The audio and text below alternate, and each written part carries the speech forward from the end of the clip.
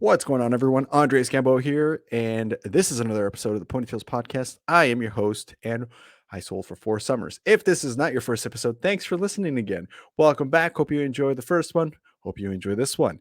If this is your first episode and you have no idea what the heck we're doing or what this is all about, we interview people who sold books door to door with a company called Southwestern Advantage. They've been recruiting college kids to do this door to door thing since like 1868.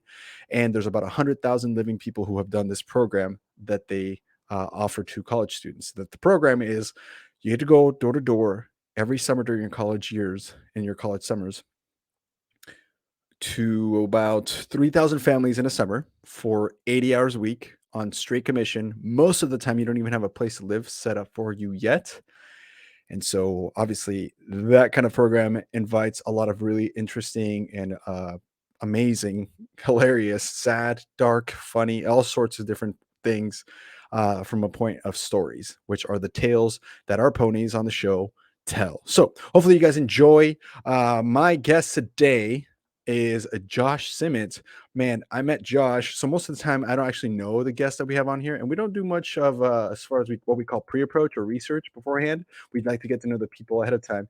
And I know Josh from back in 2015. Now we didn't get to know each other that well during our time, so I'm excited to get to know him. He sold for 3 summers, part of the Eagle Blitz organization, and he went to Tarleton State University. He calls Flower Mound, Texas, home. His favorite scroll is number 2. I will greet this day with love in my heart, which is one of, I mean, come on. It's hard to pick one. But, today that's my favorite one too. So when we come back, we'll be on with Josh. Ponytails Podcast.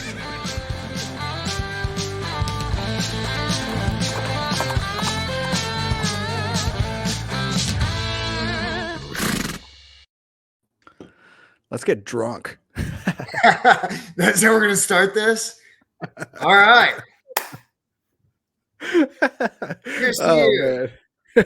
Man. There we go. Cheers to you, sir. Boom. We are not sponsored by Topo Chico, but we could be. Oh, man. On a serious note, how's it going, man? Thank you for being here. Dude, it's great to be here. Oh, what a time. It's late night. It's a late night recording, everybody. Sometimes we do these in the mornings, sometimes in the afternoon, but it's late night for Josh. So, dude, this is the weirdest thing is like just because of work and everything like that, I take calls all through the evening. And so this is like the one time that I know that no one's going to call me. Nothing's going to interrupt this like this. So thanks for doing a 9 p.m. Like this is way better. Well, that's why I started with Let's Get Drunk. So I'm like, if we're going to do a late one, we're going to get a little saucy. We've gotten saucy on the show before. It's nothing new. But, dude, welcome to the show. I am excited to talk to you, excited to catch up with you. Let's dive right on in. You're mentioning what you do for work and how this is like the time that you are, for sure nobody's going to call you. Let's take it from the top. What are you up to nowadays since you left the book business? Catch us up on how you ended up here and what you're up to. For sure, brother. So I run Southwestern Real Estate here in Dallas, Fort Worth, Texas. And so I guess, do you want we'll just go the whole origin story, I guess. Yeah, if you let's start from when you left Southwestern, and then we'll get into how you got into Southwestern in the first place a little bit. But when you left, why did you leave, and then why real estate, and why not like solar or something? Oh, okay. So I got so I was 3-summer book guy. And my last summer, I just crashed and burned.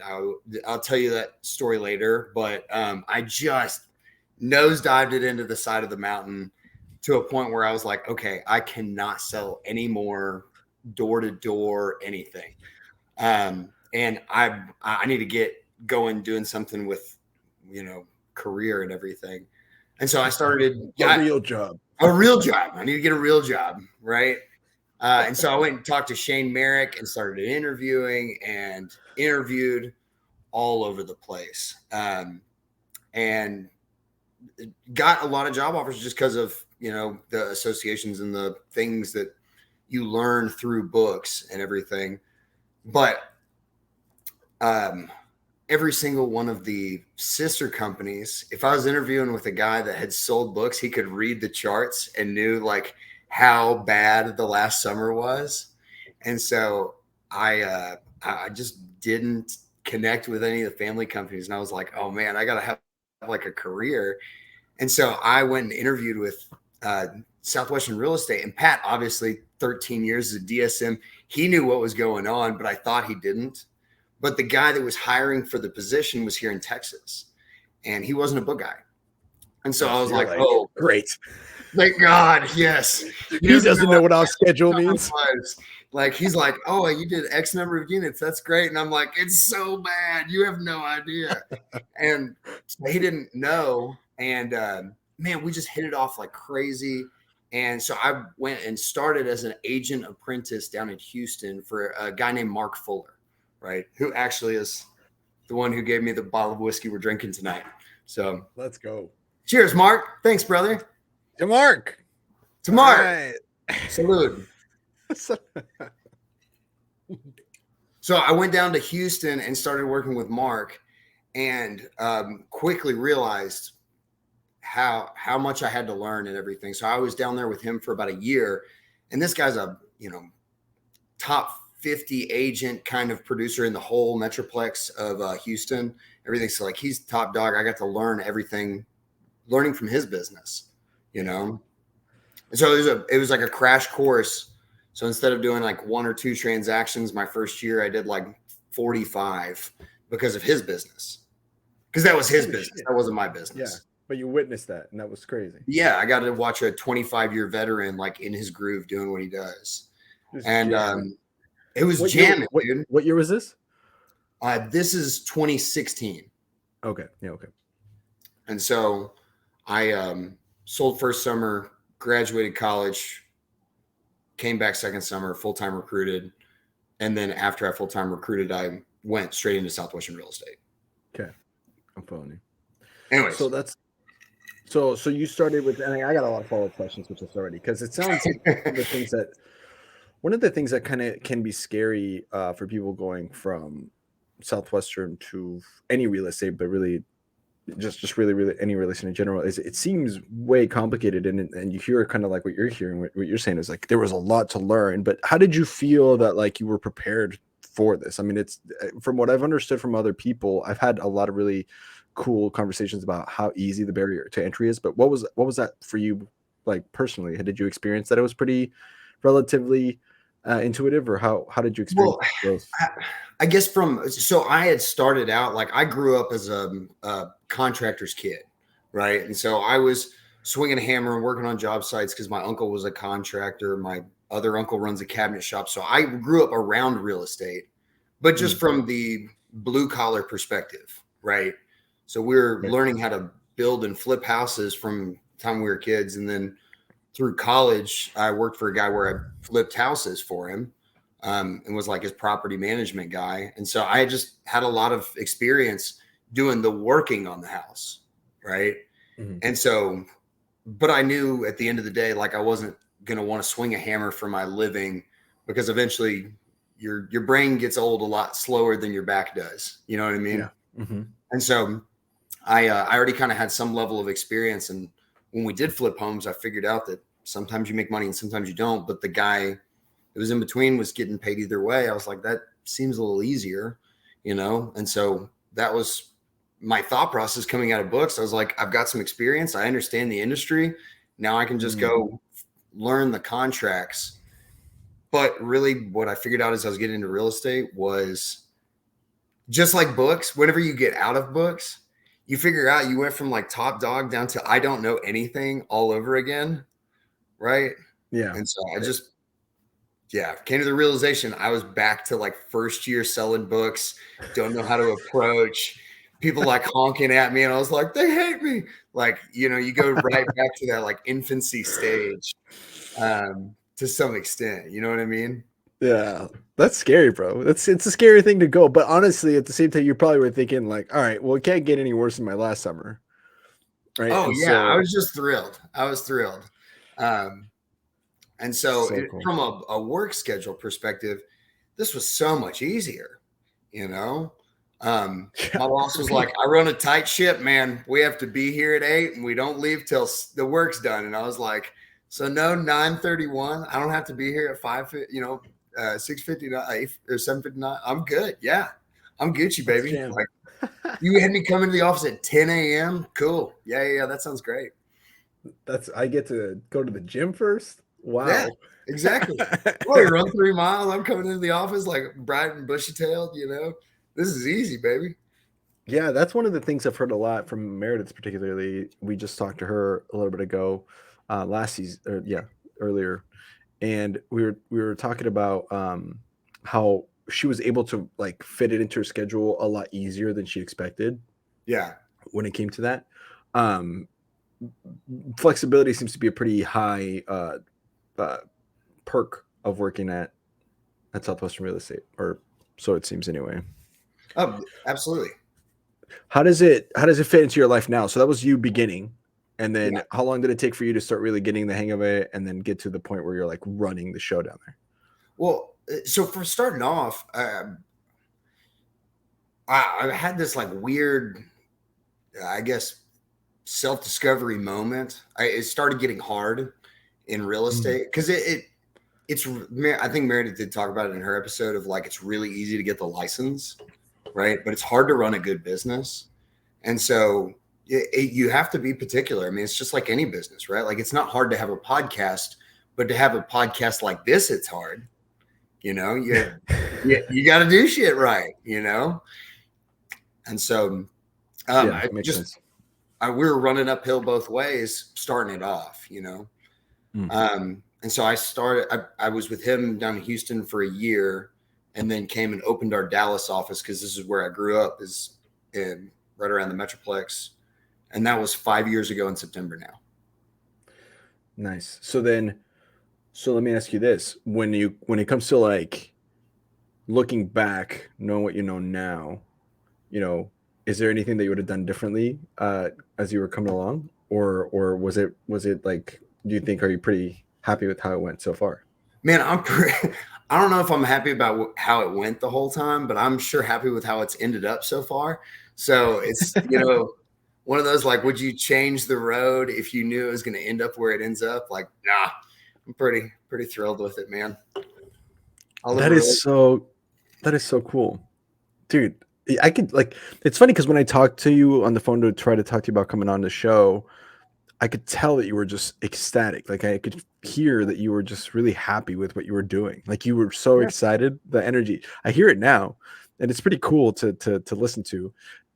In your mind now that you have all this experience, what has been the key factors in you? And maybe this is somebody else listening who's in real estate who wants to kind of take some notes here. Like, what have you found to be the things that worked for you to create a successful business in maybe in the Dallas area So or in general? yeah, just, and I would say more in general, the best part about doing this is you get to make your own schedule. The worst part about doing this is you have to make your own schedule, right? Oh, interesting. So books is really great because it tells you exactly when to start and exactly when to stop, exactly how many people to see every day, right? So if you're off schedule, right, you're going to get Sonic, you're going to do this, you're going to do that, but it's just you're not working, right? And this, it's like, well, define working, because there's so many different avenues of things that we have to do that people don't really think about, that if you're really working, it's very easy. If you're not working, which is very easy to convince yourself you are, then it doesn't go very well. Yeah, that is tough. It's a little. I mean, it becomes easier to justify off scheduleness because the lines are more blurry. Exactly. Well, and like part of the reason that you choose this career a lot of times is so that you can have that flexibility, right? So like a lot of Yeah. times I'll go in the middle of the day to go work out at 12:30 because all my clients are at work, so they can't talk to me anyways. Right. So it's Oh, easier sometimes for me to go to a workout at noon and be off to take calls at 6 o'clock, right? Than the flip flop. that's interesting. That would drive me. It does kind of drive you wild when you're like in the middle of the day and you're like taking a nap or like just not involved in business stuff, and you're Yeah. It's like for example, different.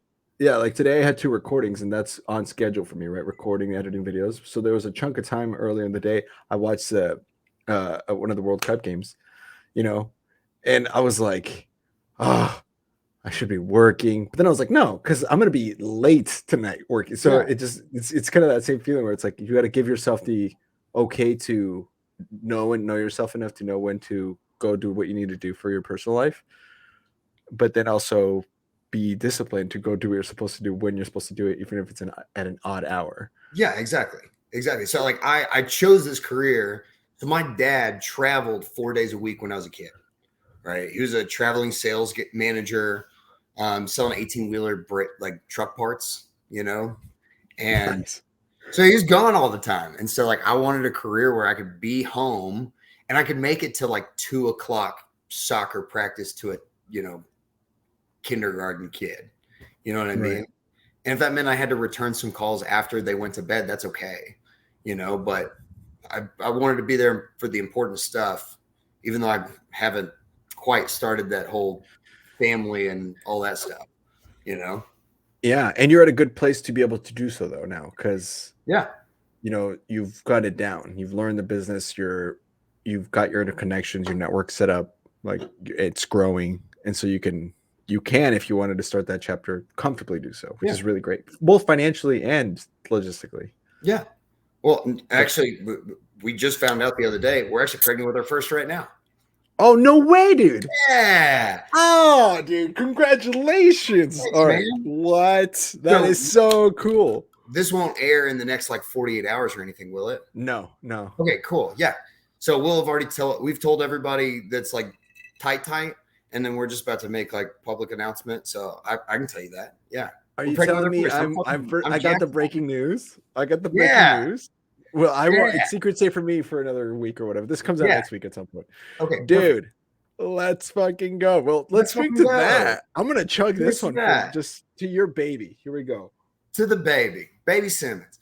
But we're like, this is literally why I chose the career, so that whenever I got to this stage of life, that I could meld everything around that. Phenomenal. Grant Greeter was talking about that. I love Grant. Can I tell you a Grant Greeter story? Yes. Oh my God. So Grant Greeter was a DSM whenever I was selling books, right? Yeah. He was from the force for me. Yeah. Yeah. And Grant's a particular character, right? Oh, dude. He's hilarious, right? But okay, so I've just finished my rookie summer with Southwestern Real Estate. And Grant Greeter has left Southwestern and is now interviewing with different sister companies. Okay. And so Pat goes, hey, would you mind sharing a room with somebody? Because I know you want to save some money while we're here at kickoff, which is like our GRS. Okay. Right. Okay. And so on GRS, on our kickoff meeting, I'm like, absolutely, no problem at all. Who am I going to stay with? He was like, oh, you're going to stay with Grant Greeter. And I was like, the Grant Greeter that ran the whole Forster thing? Like the guy that don't know what my charts say? Like that guy? Yoda? That guy. And he was like, Yoda of Southwestern? Yeah. While he's interviewing with the company. I'm like, okay. Yeah, I guess so. And me and Grant had a great time. It was the first time that we've like interacted at a like long level and everything. And I'm thrilled that he works with us now. Bro, I am pretty sure Grant I have to do with that recruiting process though. Grant is a clown in the best way that I can. In the best of ways. Yeah. He is a clown. We had him on the show. This is a true story about on like backstage stuff for the ponies. By the way, I chugged that last one, so I'm gonna for your baby. So I love it. I'm not gonna chug whiskey though. No, please don't. Although this is pretty heavy. Oh, it's not that bad. That's why. But dude, Grant Greeter, 25 years of career at Southwestern, and he goes, it's an hour and a half for this interview? I was like, I mean, sometimes we go longer, but I don't know. Sometimes it's shorter. He goes, I don't know if I have that much to say. I'm like, Grant, we've had people who sold one summer go like 2.5 hours. You're telling me with 25 years of like book stories you can't think of? He goes, I don't know, bro. We get to the end of his episode and he's like, oh shit, I should have scheduled more time for this. We get done and he goes, as soon as we get done recording, he's like, had some crazy sizzler stories to share with you. And I'm like, you're telling me this now? You're telling me As soon this as now? we stop recording. Come on, man. It's so Grant, if you're listening, get back on ponytails. We need to hear some. I would some love of to hear these some sizzlers. Grant Greeter stories from him selling books. Oh yeah. Bro, what a time. It was so intimidating staying with him at that kickoff though. Yeah, but he's Yeah. so good. I was like, I'm gonna screw up this guy's recruiting process. I so want him to work with us. And I'm gonna screw it all up for us, being stupid and 25. Yeah, you can't get drunk and impress Grant. Yeah. No. Yeah, he's not a fan of belligerent drinking. No. But he's also pretty chill about everything. So it is what it is. True. Dude, well, congrats on the baby. That is so cool. Thanks, man. I was mentioning Grant because Grant was on the show and he told us how like the reason he picked real estate was because like that flexibility. He was like, I had 3 kids. Well, he had 2, I think, at the time, and the 3rd one on the way or something. He's like, I want to be a dad. I just want to be around my kids, and I want to still like if I make money. And then he ends up killing it, but that's all there is. So, it's just who he is, right? Like, yeah. Oh, what a goon! So, how many people like at Southwestern Real Estate that some of them want to like conquer the world, and some of them are like, I just really want to be a great mom. I want to have the flexible schedule and make a good income, help people. Yeah, like, it's wild.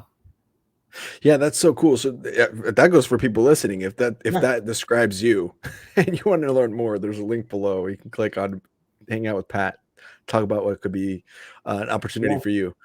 Shout out to Pat, man. It's like he can read your aura and he tells you what you're going to tell him, and you're like, I don't know how you did that. Yeah, I was going to ask you about that. What's it been like learning from him and having him as a mentor to lean on? Yeah, it's like having an emotional samurai run your company. Like he can somehow figure out, like he can tell, you know what I mean? Like, and so he's so in touch with him, and like he can help you get in touch with you, kind of thing. That it's weird. And he just is a bro, all in the same sense, Stud. What a stud, dude. Yeah, shout out to Pat too. What for you? What's the North Star here? What are you trying to accomplish? What does this look like for you in the next 5-10 years? Man, I really so whenever I sold books, I loved recruiting, right? Mm-hmm. I did some things that made it not a very good thing, but like I loved recruiting people and having that, like I would love to grow a team here in DFW. I think you talked to Nick Sproul before, right? Yeah. He's done this crazy thing where he's like built up Florida in a massive way. And Meredith is part of that. And like, he's done a really good job of mentoring a lot of people. And like, I like that kind of life, man, having that kind of impact on other people. Yeah, that's really cool. I like what you're saying, that just changing people's lives through something that could be career changing that they fall in love with. Yeah. Cool thing. I wanted to pick your brain a little bit here because especially someone like you who's seen like you mentioned earlier, crashing the plane to the side of the mountain, like the not so good way of how to sell a lot.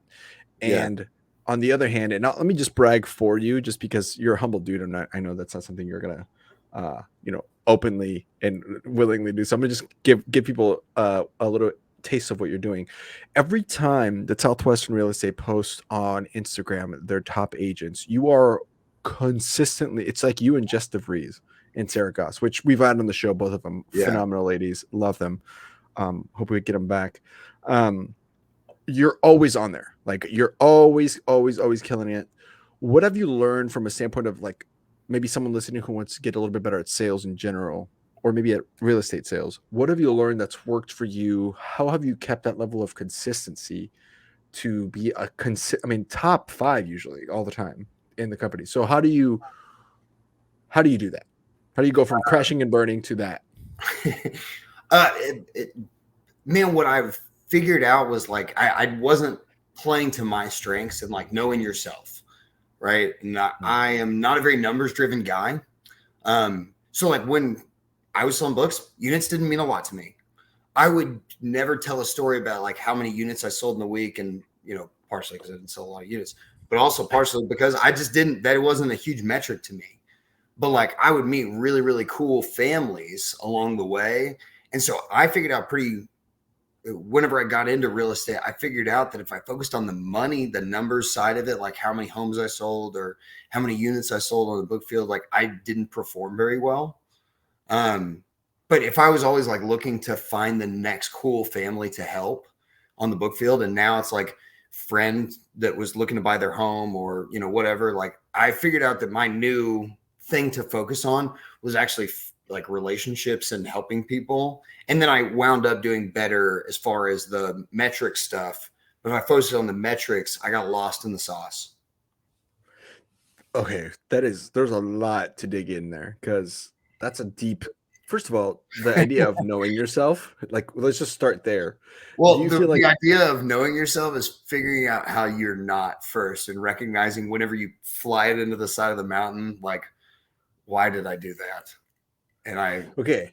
yeah. So let's start there. What did you learn about that experience from like a standpoint of like you were supposed to be on schedule selling these books, and we can get into some of these weeds later, a little bit later, but like when you got to real estate, how did you like tell yourself that that wasn't going to happen again? You know what I'm saying? Because that could be It actually intimidating. started happening again. Like some of the behavior Oh, patterns and stuff like that started showing up and was like, oh, this isn't a book thing, this is a Josh thing.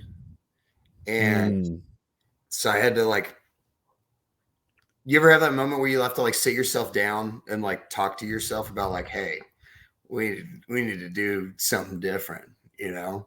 yeah. I just gonna have one of those moments of like, you're just gonna keep doing this thing over and over again and keep flying into the side of the mountain if you don't fix it. And so What did you chase? Are you like more toward motivated? Like, was there something you gave yourself where it was like, I could be this Josh, or were you like, I don't want to be that Josh? More like away motivated. um it was like a path of like split of two paths, and I was like, hey, what do you want to do? Um just trying to be Mm, curious about like, hey, either one's a good life, you know what I mean? But like, which one would you rather? I that's cool. suppose, you know. Yeah.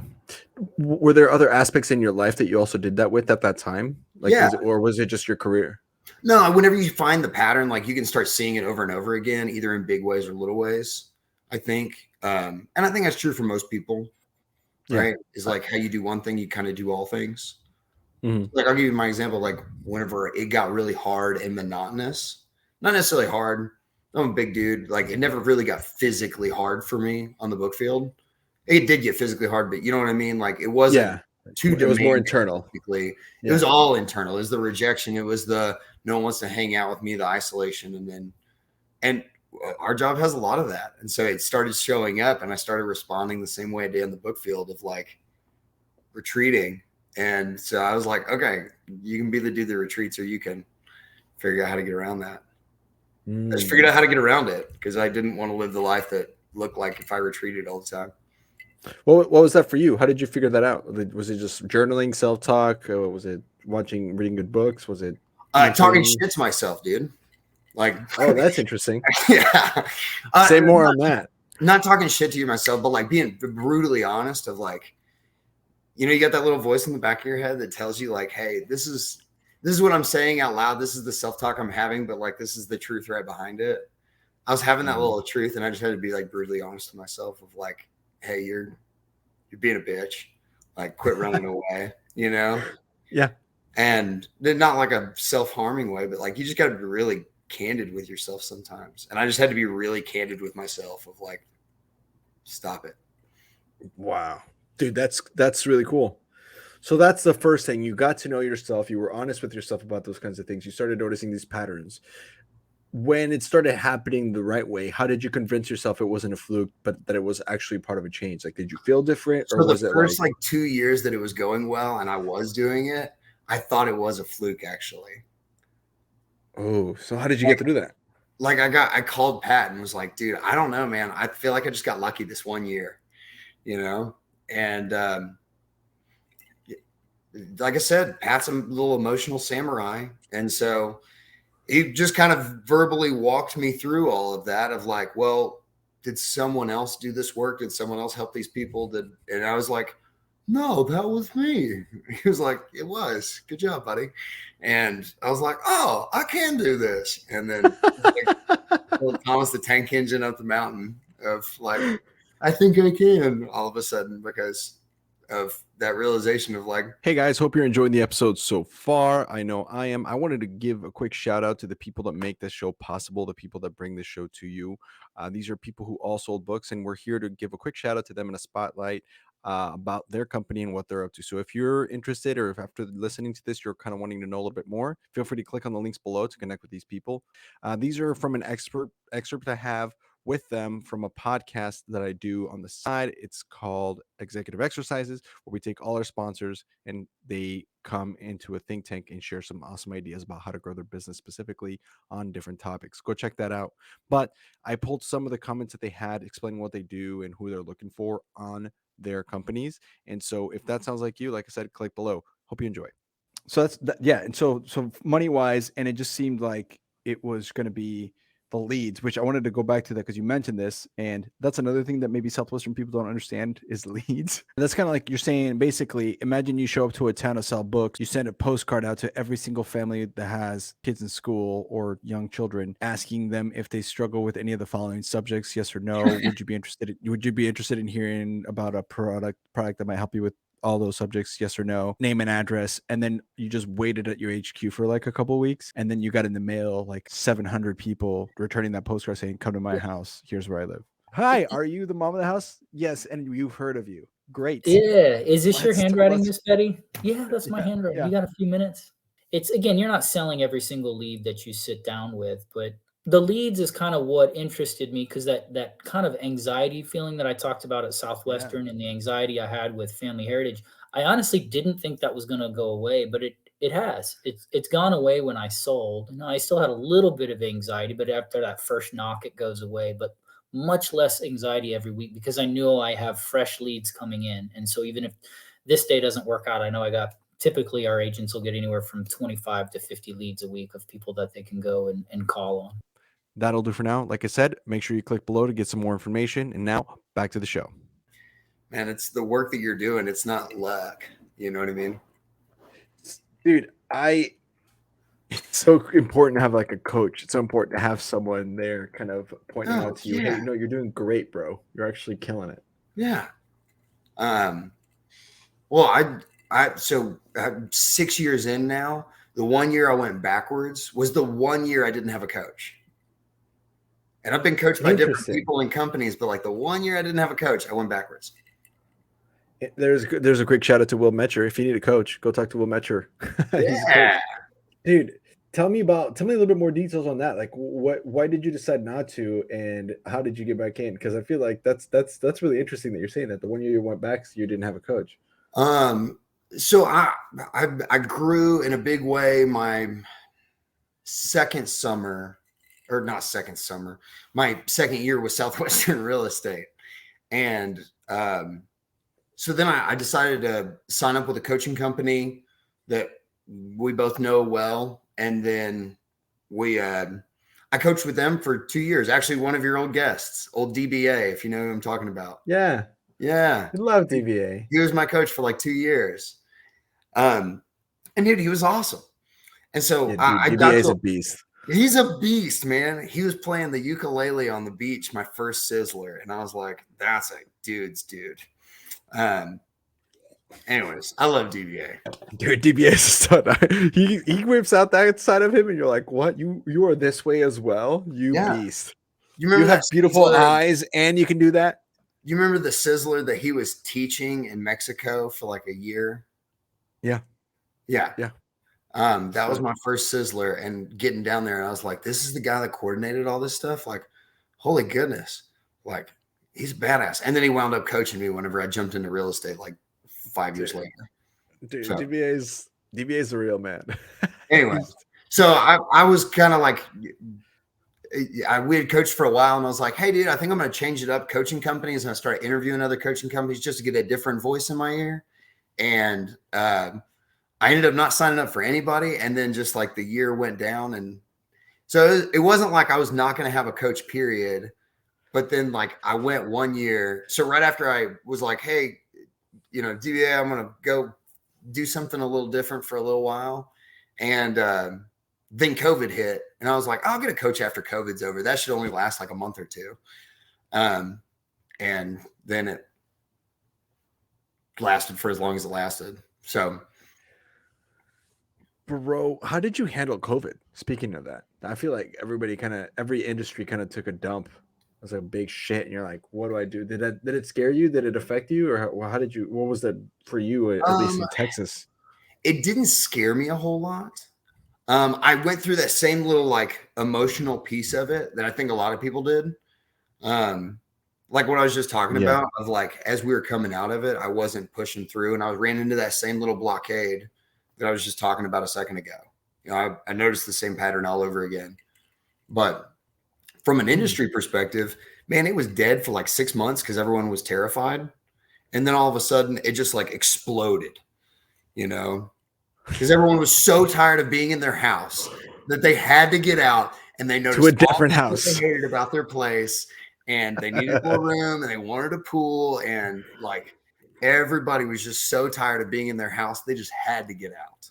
And so real estate went bonkers for like a year and a half. Dude, it's so crazy because here in Portland, the market just, I mean, it was already expensive to live here, Sure. but the market just went crazy, bro. It was like, how do you even like right now? I'm looking to try to buy a house with my wife, and it's like, well, I guess things have changed a little bit again since it happened, but like we applied for a loan, and the interest rates have changed so much, and things are so crazy that it's like, even the loan officer was like, hey, give it like a few months, just if this isn't what you're happy with, just because like it's just fluctuating crazier than we've seen in the last couple of years. What do you know about this? Okay. So let me give you the counterpoint. Okay. Yes. Real estate is a real piece of thing, and it's going to continue going up in value. But even right now, if you buy, you get a way discounted piece because of no one buying, right? And if you're selling right now, you're probably having to sell for whatever reason: death, divorce, new baby, got to have more room, downsize, whatever. So you get a better deal on the house, refinance it in 2 years, right? Or you say it's 5 years, say it's a really long time, right? And then you've got this discounted house where now it's gone way up in value 5 years from now.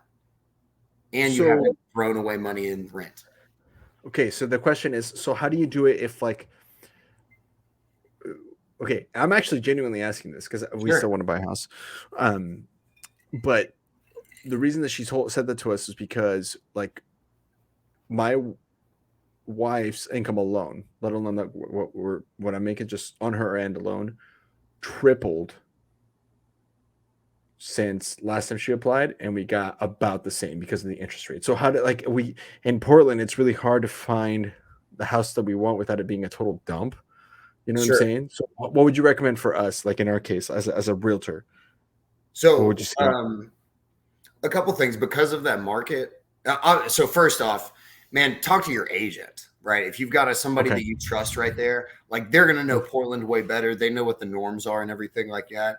Right here in Dallas, what we're doing is we're using that negotiating power that we have all of a sudden because they're not selling in 3 days like they were 6 months ago. We're using that to actually get credits from the seller to buy down the interest rate. So all of a sudden that $3,000 payment is now $2,600, and it's affordable, right? And you got it at a good price. And then 5 years from now, you refinance, because if you look at money markets over a long period of time, it goes on a pretty secular cycle. Like this is pretty predictable. This is a higher end of interest rates for sure. Well, this is actually like a 30-year average, but like it's higher than it's been, but it's going to come back down. Yeah, that seems to be the case, and I know that'll happen. So we're still trying to find a way. So actually, our realtor was the one that was like, "Hey, let's meet up next week and talk about some strategy." Like this is like 2 days ago. So she's like, "Hey, let's meet up next week. We're going to talk about some strategies we can take from here." Yeah, and I was like, "Hell yeah!" I mean, I don't mind at this point. We're actually paying a lot cheaper rent where we're at right now than is the average of Portland. So I'm like, if we have to wait a month or two, that's fine. But like, dude, I'm in we're just saving money. like we have so many people that have like their cousins, friends, Bubba uncles, like grandma's house that they're paying like this ridiculous price. And they're like, hey man, I pay $400 a month in rent and I think I want to buy a house. I'm like, you should wait just a while, dude. Like, Just give it a second. You're getting a stupid deal.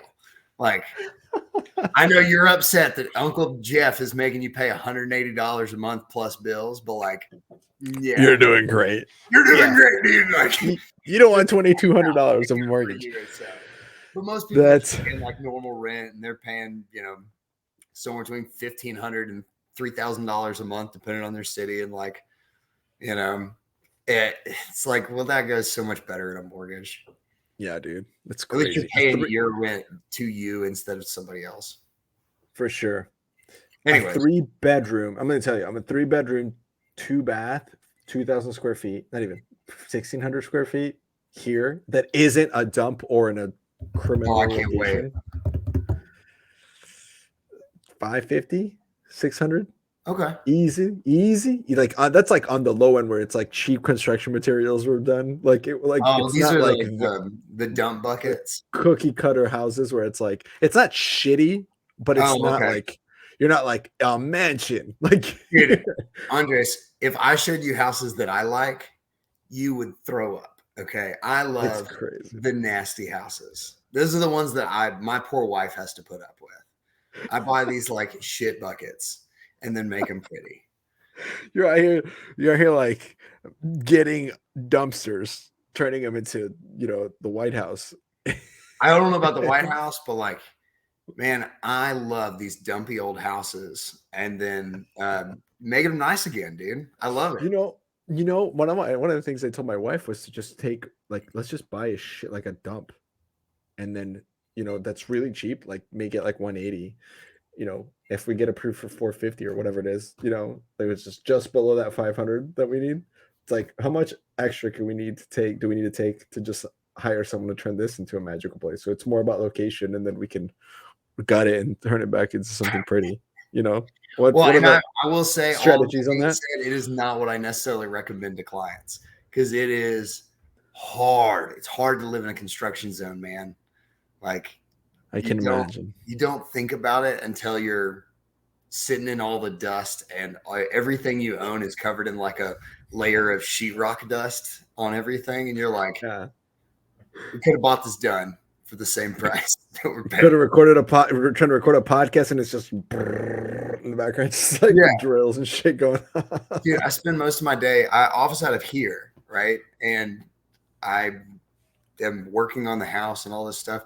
And there's just constantly something happening in the background. I'm trying to talk to people on the phone and like negotiate with agents and do all this other stuff. And there's like 3 Mexicans and like, slamming hammers and screaming at each other. And there's a radio playing somewhere. Like, what are they going? You're like, oh, shit. What's happening? You're like, unbelievable. On a side note, I saw a meme today that was talking about like fucking how that Mexicans are amazingly hardworking people. Here's the proof. Because people look at the pyramids of Giza and they're like, I think this was Andrew Schultz's joke, just to give him credit. But he's like, people look at the pyramids of Giza and they're like, oh my God, how did they build that? Like, it must have been like, some people think it was aliens, legit. There's the same amazing pyramids in Mexico that were even as intricate to build, and nobody questions who built those. Everyone's like, that makes sense. That makes sense. And so I thought that was a hilarious joke. I'm like, that's right, man. Mexican folks. Dude, you're from Colombia. Have you ever been to Peru and seen all like the intricate architecture and all this stuff? Yeah. That like what they claim jungle people made, and you're just like, no one questions that at all. Dude, I went to Machu Picchu. Yeah. Bro, like the way that they were talking or describing the construction of that site, where like it's perfection. Symmetrically, geometrically, and structurally across the board. It is to a T perfection. Not just that, but you're looking at these giant fucking blocks of rock that they had to haul up this mountain that I just climbed, and I'm like out of breath. I'm like, you tell me these motherfuckers were climbing this mountain on the daily, carrying these, like, somehow carrying these blocks? Nah, dude.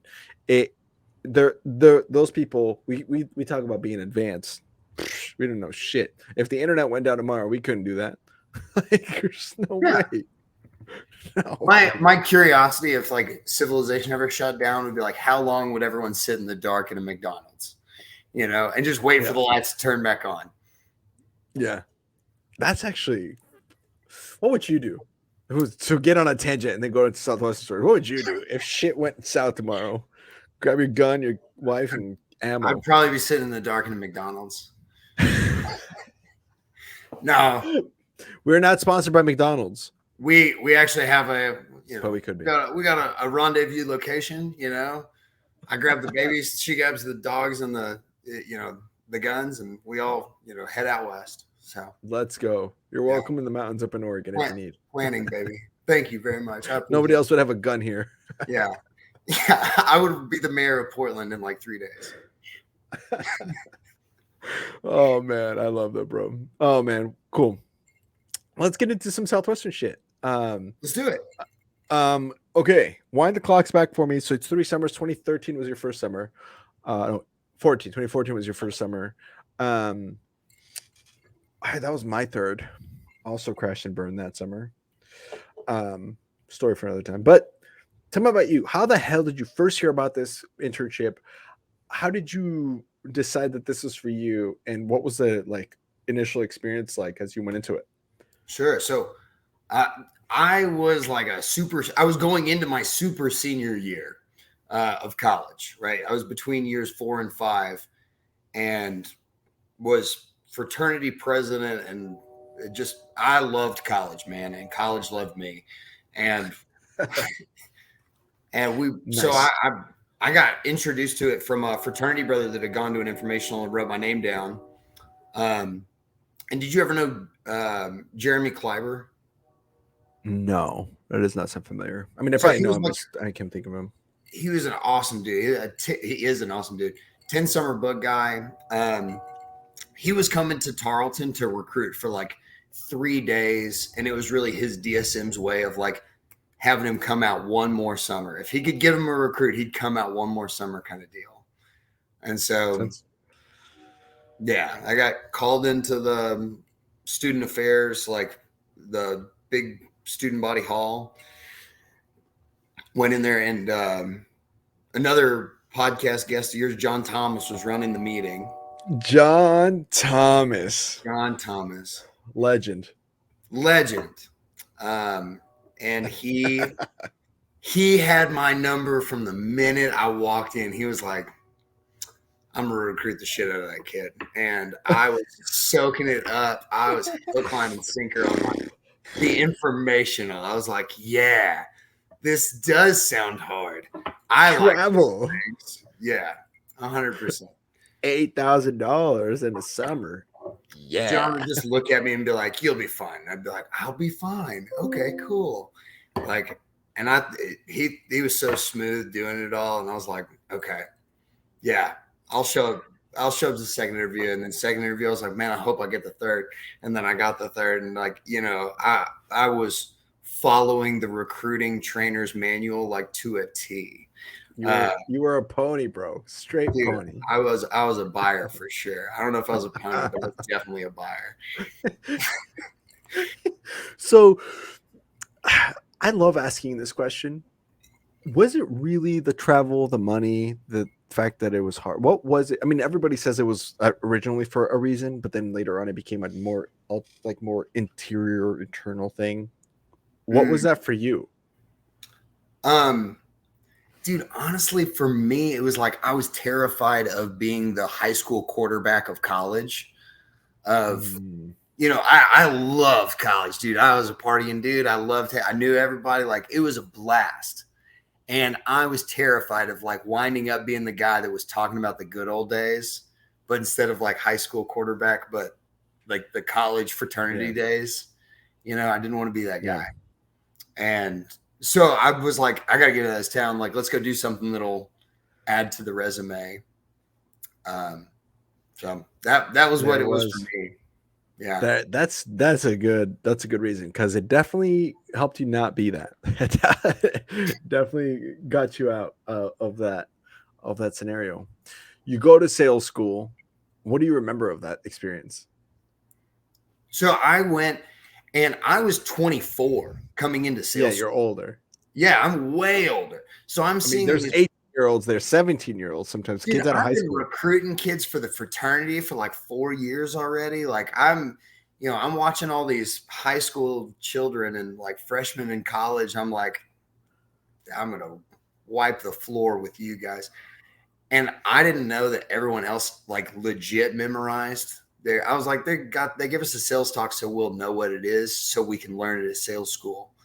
And then I showed up, and I was in sales school with like all Aggies, and Aggies at that time were like so serious. This is Pedro Vega's height of. This is Pedro Vega's height of like running the show over there. He was a legend, and he ran a tight ship, son.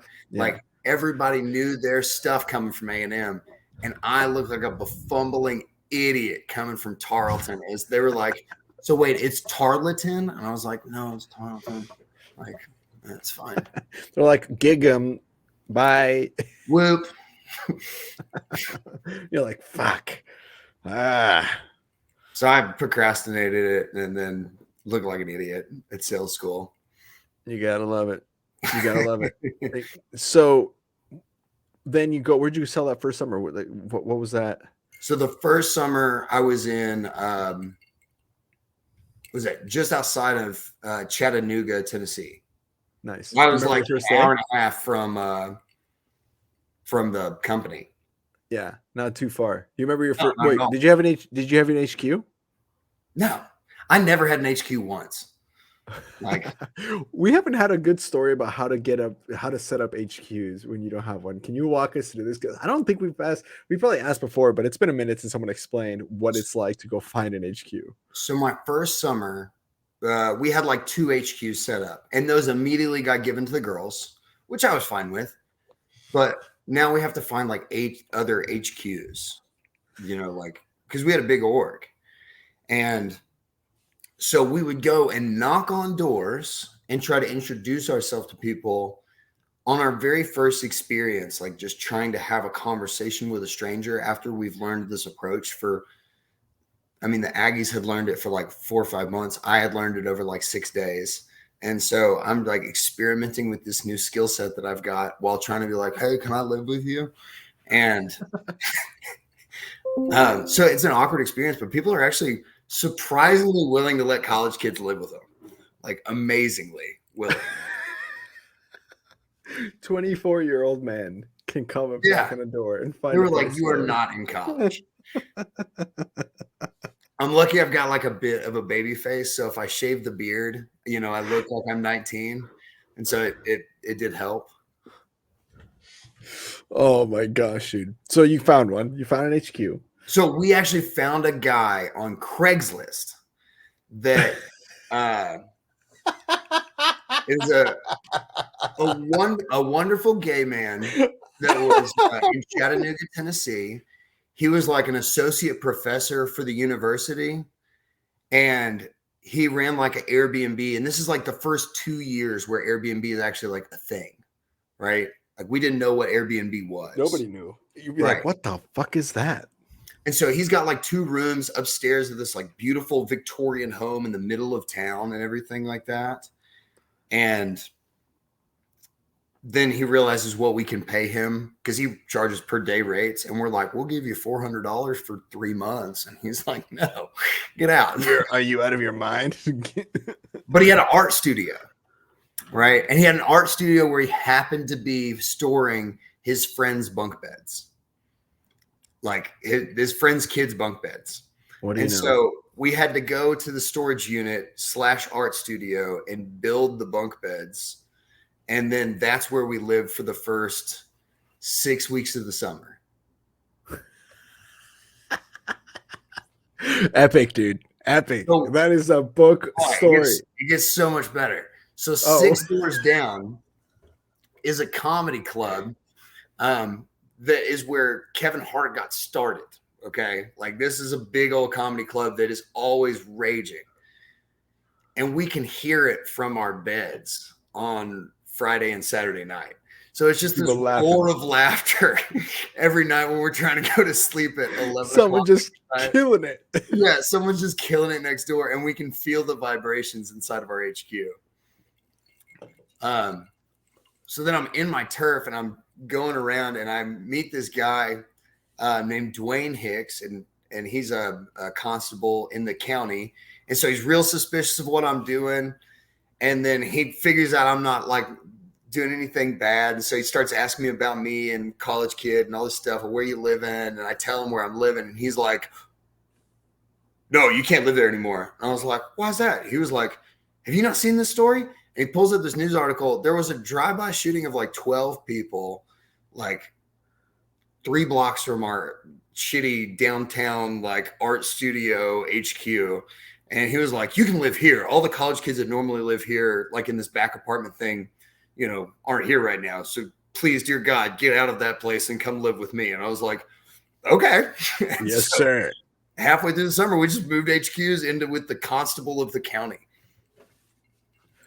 Bro, what a good PR move for you. It was a definite ponytail. Everybody knows you. Everybody's like, oh yeah, that's my house dad. Nobody. Yeah. Knew. And he's been the constable for like 25 years. So I'm like, Oh, yeah. you know, Dwayne Hicks? Yeah, I live with him. They I'm all one of know the students Dwayne. that lives out in that back house. And he's like, oh, okay. And Cool, no yeah, more come on in. nightmares of laughter. If like where you were going with that, I'm trying to sleep when people are laughing. That's like a Joker origin story. Like, Yeah. Pardon me, you know. that's it. Now you go to a comedy club and you're like, fuck. No. They're laughing at me. Dude, what a good time. That's such a summer thing. Like you explain that to normal people that didn't sell books. Like you tell me that, I'm like, that makes sense. That's funny. You tell that to other people and they're like, oh my God, you poor thing.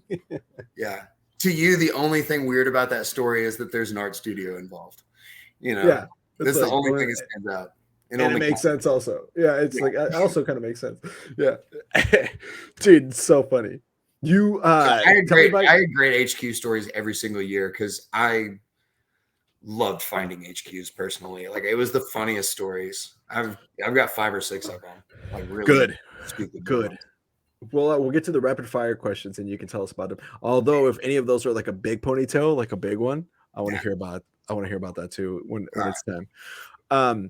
Do you remember, or like what was your first day, first customer, first store, kind of like that those jitters? I love asking about this. I've asked most people, if not everyone on this show, and I think it's just funny to hear from people's perspectives because what they experience is so bananas the first time it like you're like in it. This is day one, hit play, go. Oh man, I did not have the same like fruitful success. I was like day 1, 0, day 2, 0, day 3, nice. follow, day 4, 0. And like, oh my God, it was, yeah, I would have, if I was my own manager, I'd have been like, well, we tried, you know, go home, pack your bags, dude. Okay, buddy. Get out of the art studio and get your ass back to it. And I really did. I was working my butt off and I was just eating nothing. Hey guys, hope you're enjoying the episode so far. I know I am. I wanted to give a quick shout out to the people that make this show possible, the people that bring this show to you. These are people who all sold books, and we're here to give a quick shout out to them in a spotlight about their company and what they're up to. So if you're interested, or if after listening to this, you're kind of wanting to know a little bit more, feel free to click on the links below to connect with these people. These are from an excerpt I have with them from a podcast that I do on the side. It's called Executive Exercises, where we take all our sponsors and they come into a think tank and share some awesome ideas about how to grow their business specifically on different topics. Go check that out. But I pulled some of the comments that they had explaining what they do and who they're looking for on their companies. And so if that sounds like you, like I said, click below. Hope you enjoy. That's okay. And actually, and this is good to, I had Nick kind of explain this a little bit too, but because I've been in the insurance industry before, for people who are listening, like, how do you make 115% commission? The way I explain it to people is the insurance companies we represent. So we're a broker. All these companies we work with, they know they're not really going to be making any money off the sales that I make for the first several years. But they don't Right. care about that. They know these clients are going to be on the books for 10, 15, 20, 25 years. So no, they know they're going to make money over the long haul. And so part of the reason agents are able to make so much is there's all these companies out here and they're all competing for the broker's business, because these companies don't actually have their own in-house sales force. They have independent contractors. And so if their compensation or their commission levels that they offer aren't competitive, I'm not going to place any business with them. Hello, off schedule moment. Wanted to tell you about Southwestern Real Estate. They're 99% drama free, only 99, not 99.9. So it's a bit spicy, kind of like this episode. Anyway, they will learn you to kick ass at real estate. So make sure you guys click the link below, get in touch with them. Okay, back to work. Bye. That'll do for now. Like I said, make sure you click below to get some more information. And now back to the show. Anyway, so I finally get to this point where I'm like, well, it can't get any worse. This is like either day 5 or day 6. It's Friday or Saturday of the first week. And I'm like, well, I don't even care anymore. Either they're not going to buy, either they're going to buy something or they're not. Just is what it is.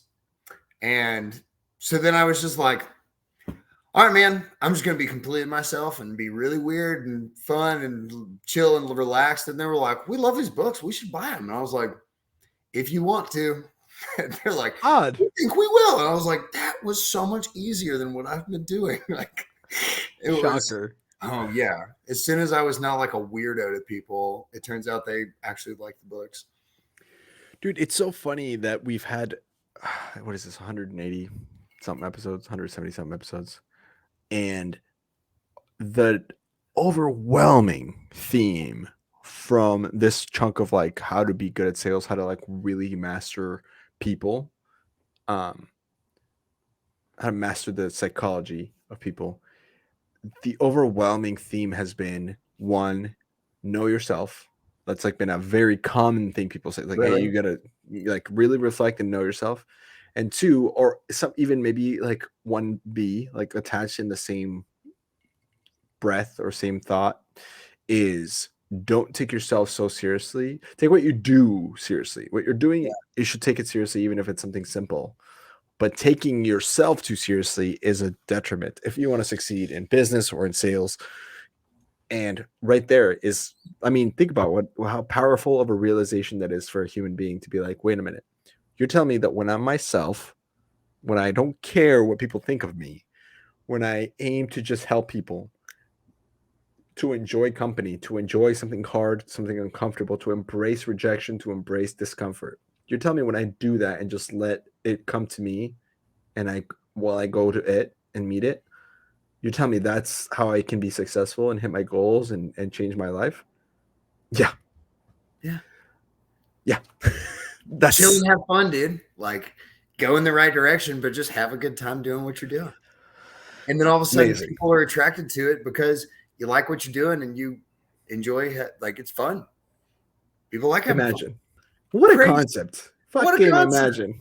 What a concept. I'm over here dropping all the F's. Sorry.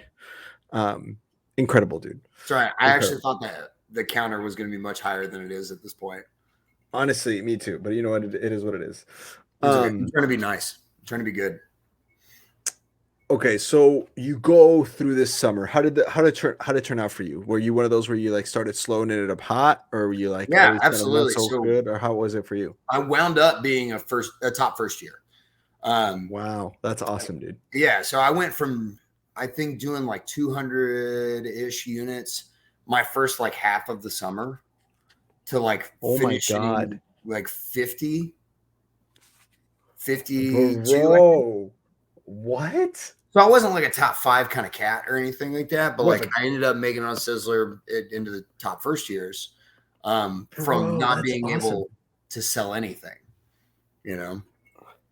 Dude, so there was some more stuff to figure out. It sounded like what clicked for you halfway through. Well, there was a lot of little lessons along the way of like, you know, like I'm a big dude. I'm 6'1". I'm 200 pounds. Like I had to stand a little bit farther back, you know.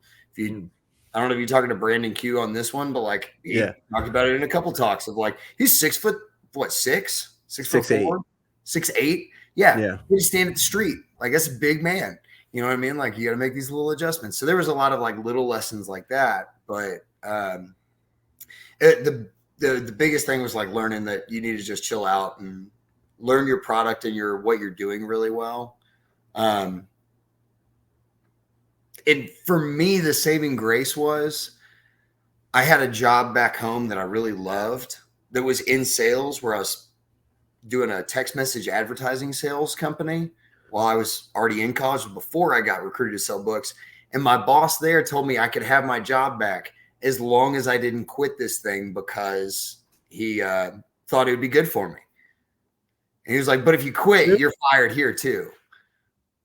What a fucking awesome dude. Yeah. Are you kidding me? Do you still keep in touch with that guy? Yeah. He came to my wife and I's wedding, actually. Bro. So I met my wife because I had to replace myself for that job. Oh, wait, what do you mean? Like, so you recruited her essentially to do the other job? Yes. So like I was going to sell books, and I had to replace myself for this text message sales job that went out to it was like a deal of the day that went to the student body. And my boss was like, if you quit, you're fired. Okay. So you can't quit. And you have to help us find a replacement for you that's another college student. And my wife was super involved in the campus. And so I ended up hiring my wife. And then she came out and sold books the next summer. Dude. Oh, and wait, I didn't know your wife sold books. Yeah. She sold books for one summer. She graduated, sold books, and then went into her career.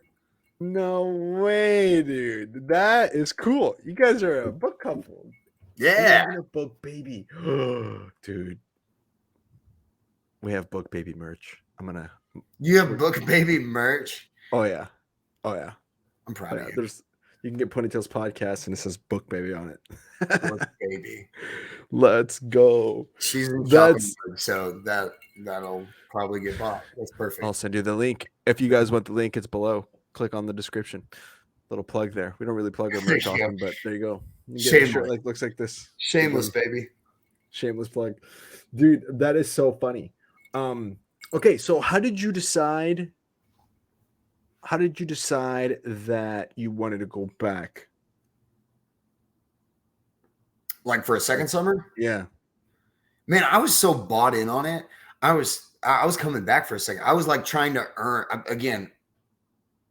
I was I'm sorry. I was so bought in from the first summer that I was coming back for a second summer no matter what. Right. Oh, interesting. Again, I was like the perfect recruit from a recruiter's standpoint. I was so easy I was a buyer. So as soon as they made it like semi-chat, they were like, this guy earned a manager's spot in like week 7 or 8. I was like, I want to earn a manager's spot. But I had sold like 200 units up to that point, you know? Yeah. So you have to bust it to get that. But dude, you had like the traditional, like, because so whenever you were recruiting, there was always like or whenever somebody got recruited, and then there was part of the training included prepping people for the fact that they might get off to a really slow start. And so they would show like a canvassing chart, which is like a report of the summer. Yeah.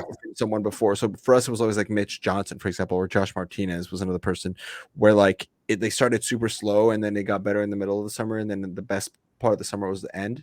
And they would always show that canvassing chart going, hey, this is what the typical average student looks like. You had literally that summer where it was like meh, and then boom, and then it just crescendoed all the way, which is the ideal summer. I feel like that's the ideal way to have it.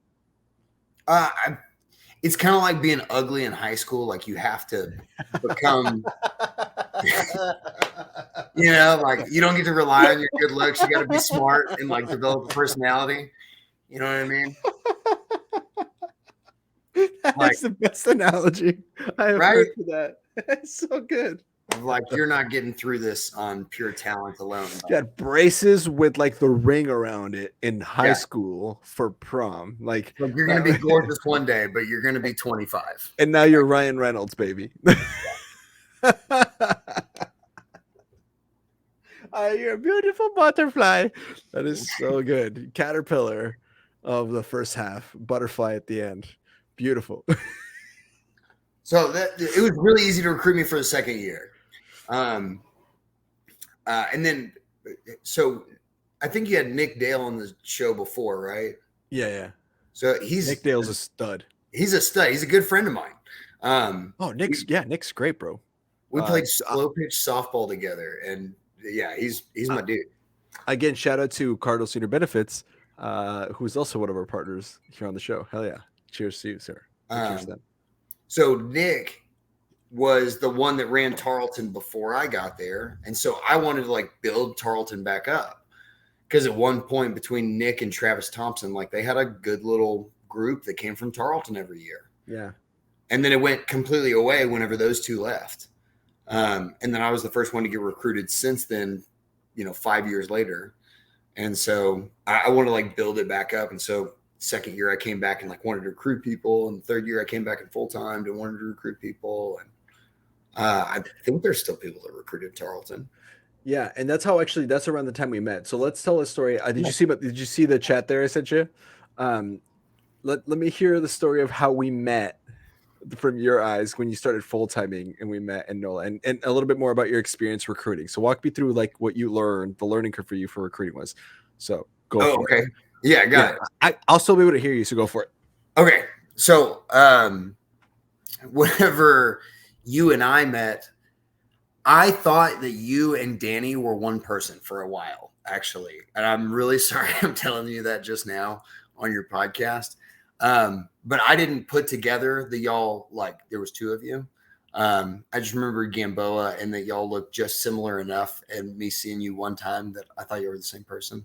And so I kept calling you both Andreas, and I'm sure that Danny was super confused, but we ended up coming to GRS and then going through and going to the meetings, of course, and then going into the evening time, where we're going out in New Orleans and just running amok on Bourbon Street with all kinds of different people. And I think that may be a story for another day.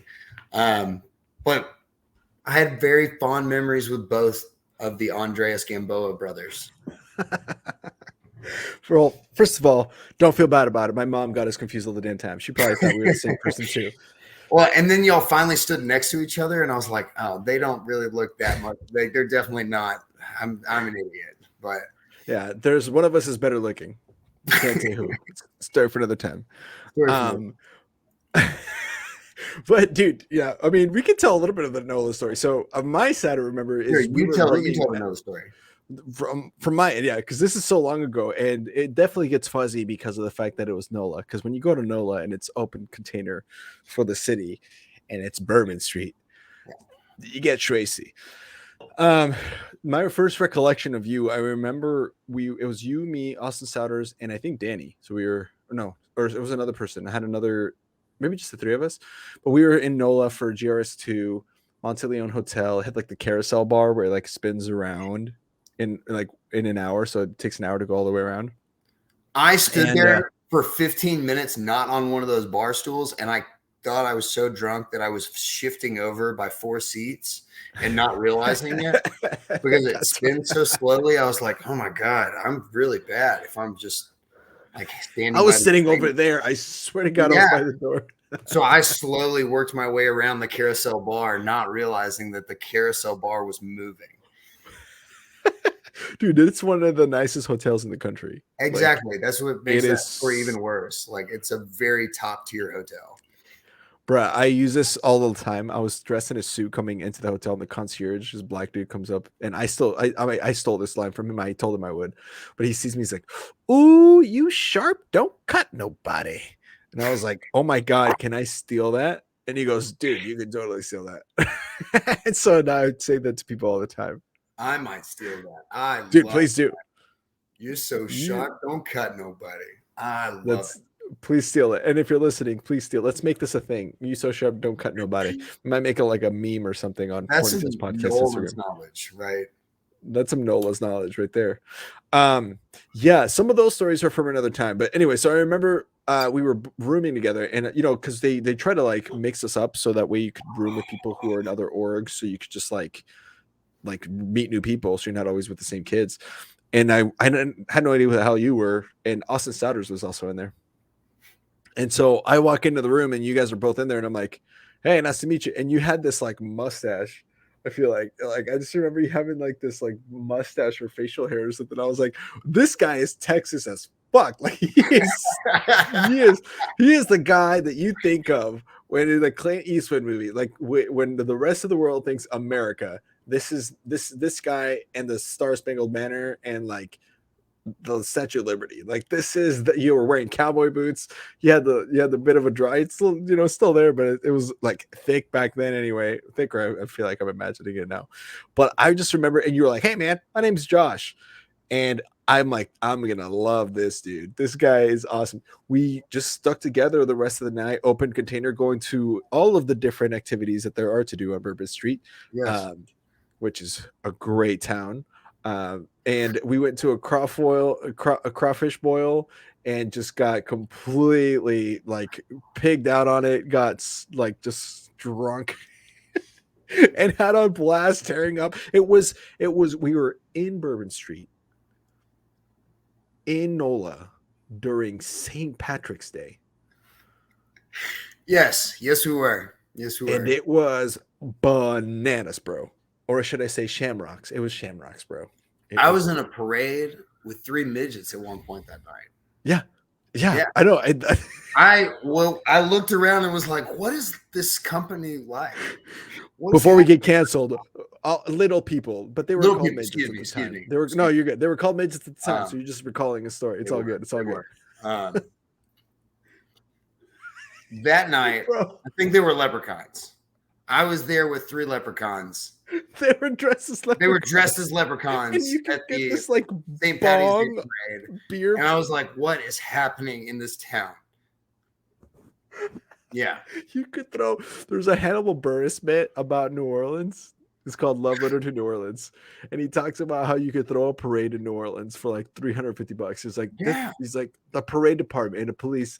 You go. There's homicide. There is like drug, narcotics, and then there's parades. There's more departments, but rule of 3 for comedy. He says, and he shows up, and the cop's like, "How many people in your parade?" He's like, 5. He goes, all right, 5 people. Do you need an escort? He goes, hell yeah, I do. And he goes, apparently you can just fuck up traffic in New Orleans for $350 on any day's notice. So I think we witnessed your that. next Bizzler is just go to New Orleans and throw in a parade. Dude, oh my You could have a ponytails parade. We should have just like an alumni reunion in NOLA. NOLA alumni reunion. That's what we're going to call it. Reunion. And just throw a parade, a ponytails parade. Maybe get some horses, dress them up as unicorns, and like put horns on them. NOLA alumni reunion. I love it. That's NOLA perfect. alumni reunion. We're doing it, bro. Anyway, so that's how we met, and it was a great time, and I would appreciate that. On a more on topic no, the lessons that you learned about recruiting, how are they helping you today with what you're trying to do, building this agency? So then it was trying to figure out, I thought it was more of the spaghetti on the wall kind of method of just interview as many, like quantity, kind of like books, right? The more doors you knock on, the more, books you sell. I thought it was like the more people you hired, the more of them that worked out. And so I recruited like 25 people between me and my B contract, like together. Whenever I full-timed, we brought out like 25 people. And so it was great. I felt really great about it. And I was OL for the first time my 3rd summer. And I was like, man, we brought out this great organization and all this stuff. The problem is what I taught my B contract was like throw the spaghetti against the wall kind of method. And a bunch of really great people came from that. But also we were just hiring anybody and anybody that would say yes. And so not a great thing, Yeah, not ideal. Not ideal. So we started especially for that kind of a job. Yeah, it's a terrible idea for that. Like generally speaking, if you're recruiting somebody for your business, don't just do that. Don't just like let the door open and let anybody in. You have to have some sort of method of like breaking down and make sure this person's the right fit, even if it means smaller numbers. But specifically for a job like selling door to door, don't do that. I did a really dumb thing in doing that. And it's not like that was taught to me, but I figured the more people I hired, the more of them would make it to the end of the summer and the better they would do. And the exact opposite thing happened. Like people started dropping like flies as soon as like things got hard. And that was part of the flying the plane into the side of the mountain. Is like I was the OL of this big organization. We had like 40 kids total in it. And all of a sudden, all of my people were just abandoning ship left and right. And it just sent me into a spiral and just sent me into the side of the mountain.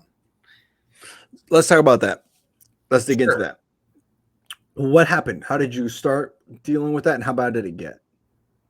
So, and by the way, hold on, before you go into this, first of all, know that I look up to you, know that you're a stud, know that you're crushing it now. And anybody listening to this who's still maybe selling books and thinks that he's about, because we're probably going to go into some stuff about being off schedule. And if you're about to pass judgment on that, it's totally cool if you just stop listening at this point, because it's not going to be or good. I don't care. This does not, or do, yeah, we don't give a shit. So this does not define who you are. I know it's sad that I have to mention this, but some people definitely see you as your units still. And it's like, come on, dude. Oh, dude, that saying bugged me for so long. That saying bugged me for so long. Because I still at some level believe that of like units do define you. And so I believed it, but that's why it bugged me so much. Bro, I gotta show you, before you tell this story, I gotta show you some of our merch. Oh, am I about to put the foot in the mouth? Oh, no. It's just hilarious. Here we go. Here's our hoodie, for example. Jonas. Because obviously you are your units. So of course you are your units. Get your hoodie at theponytailspodcast.com. Hashtag ponytails. Hashtag ponytails. Oh, and here's the book baby one. Oh yeah. Yeah, we're gonna have one of those. Okay, good to know. Cool. No. Cool. There you go. All right. So sorry. Back to the question. What happened? Where did it start slippery sliding? And then what was the low point where you decided, oh shit, this is not for me? So people started jumping ship left and right in this summer that I was the OL, super underqualified to do so, and leading very terribly, right? And so it started off, I was working really hard to show everybody how, all the first years how to do it. And everybody just started bailing. And I was just spiraling, like I said. It got to a point where there was these two specific guys that they were the ones that I knew were my studs. I just knew these two guys that I had hired were going to be like, bring them all home to the promised land. And they both bailed on like week 4. Or something like that. Oof, that's hard when that happens. And it sounds real silly if you didn't recruit, a bunch of years, but like if you never recruited, but like there are certain people whenever you recruit a large crowd that you're like, that's the guy. They're gonna kill. That's the pony in the mix. And I had picked out the ponies, and both of them bailed on me. And so I just figured that my summer was like over. And so then I got super off schedule, and it started off small and then got worse and worse. And then I was also in Myrtle Beach, South Carolina for the first half of the summer. And then the second half of the summer, I was in Charleston, South Carolina. And I don't know, Andres, have you ever been to that part of the country? It is really gorgeous. I mean, it's really, really cool. Like beautiful beaches all over the place, golf courses, like pretty killer. It's a good place to retire. It's a great place to retire. And it's a great place to sell books, but you got to go sell books. It's also a great place to not sell books, but while you're there to sell books. It's a great place to not sell books. So what did you start? Not selling books there. Like, what was it when you say you started small? Was it just like taking longer or staying in your car? Like, what was? No, it was. I had to go stop to go return calls to this person, right? Because they had a flat tire, and like that's how it really started. right? Huge. It was helpful. It was helpful to my team and the people that I had brought out, and I owed it to them. And then it just got like progressively worse. And then it was like, well, we had a really great call. You know, I'm pretty parched. I'm gonna stop at a gas station. And then it got worse and worse to a point where I was like, well, no one's gonna be home till 4:00. So I'm gonna go to the beach for the next like 3 hours. Yeah. It's only like 10 minutes, 20 minutes from my turf. And so I can be back with plenty of time to hang out at the beach. So I had a really good tan that year. Just like, but like some of the other orgs, we would do like between organizations, and they'd be like, why don't you have the tan lines like where your sleeve shirt stops? And I'd be like, I'll roll them up sometimes. No, Nice. It got really bad. Did you ever go to the movies? What was your favorite off-schedule thing to do? I tell you, I went to the movies. It was great. Mine was the beach. At this bar. Mine would go to the beach. Really? Yeah. Nice. Hang out at the beach, hang out for a little while. Well, I went to a bar and watched the World Cup. It was so close to my turf. Yeah, you got to. Especially those kinds of beaches. Those beaches out there are so beautiful. It's like white sand. Yeah. Anyways, if you're on the book field right now, do not do what I'm talking about. Like this. Yeah, what the hell? If you're listening to this going, this has got to be me. Don't do that. That's no. This is the beginning of the end. Reverse, run in the other direction. Like, don't do that. But I have to be honest with my experience. I leaned into the shitty, and I had a terrible experience doing it. Let's put it this way. You can do that if you've sold 200 units today or have had 6 customers. If you by 2:00 have 200 units and had 6 customers, nobody's going to bat an eye. I mean, you should probably go and get like 300 units since you're already ahead and not even gravy. But, you know, I don't think anybody's going to get too mad at you, you know. And if you do, go tell your student manager. They'll tell you what to do. Yeah. Anyways, good times. Yeah, I'd make those little excuses. I'd be like, well, I did have 6 customers. I'd have sold like 6 Mufus. And I'd be like, all right, I made $42 this week. I'm good to go to the beach. No, I think you got to lean in. You're there for a reason. Just do the thing that's the reason. Yeah, it's sort of get over it. Yeah. So then you arrive at the end of the summer, and then you're like, I got to go. I can't do this. No, I actually was trying to come back for a 4th summer. I was like, I came into my DSM and I was like, hey, I was completely honest. I was like, this is what happened. This is where I spiraled. Like, I knew what had happened. And the DSM at the time was like, I don't think it's a good idea for you to go out. If you want to do it again, you'll have to really earn it. And I was like, I'm good with that. And so she was like, all right, well, I want you to go sell books for 1 week inside of your home turf, right? Like where you live. And I was like, done. No problem. I spent 1 afternoon doing that. And I was like, nope, it's time to move on. No, this is the end. I was like, this is not like the healing to this is not going to be doing more of this. I had scars. I had traumatized myself and like built up such bad habits in that thing. I was like, no, this is not where I'm going to figure this out. Hey guys, hope you're enjoying the episode so far. I know I am. I wanted to give a quick shout out to the people that make this show possible, the people that bring this show to you. These are people who all sold books, and we're here to give a quick shout out to them in a spotlight about their company and what they're up to. So if you're interested, or if after listening to this, you're kind of wanting to know a little bit more, feel free to click on the links below to connect with these people.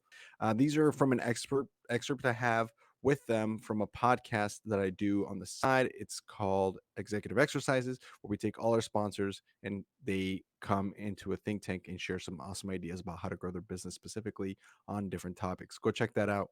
But I pulled some of the comments that they had explaining what they do and who they're looking for on their companies. And so if that sounds like you, like I said, click below. Hope you enjoy.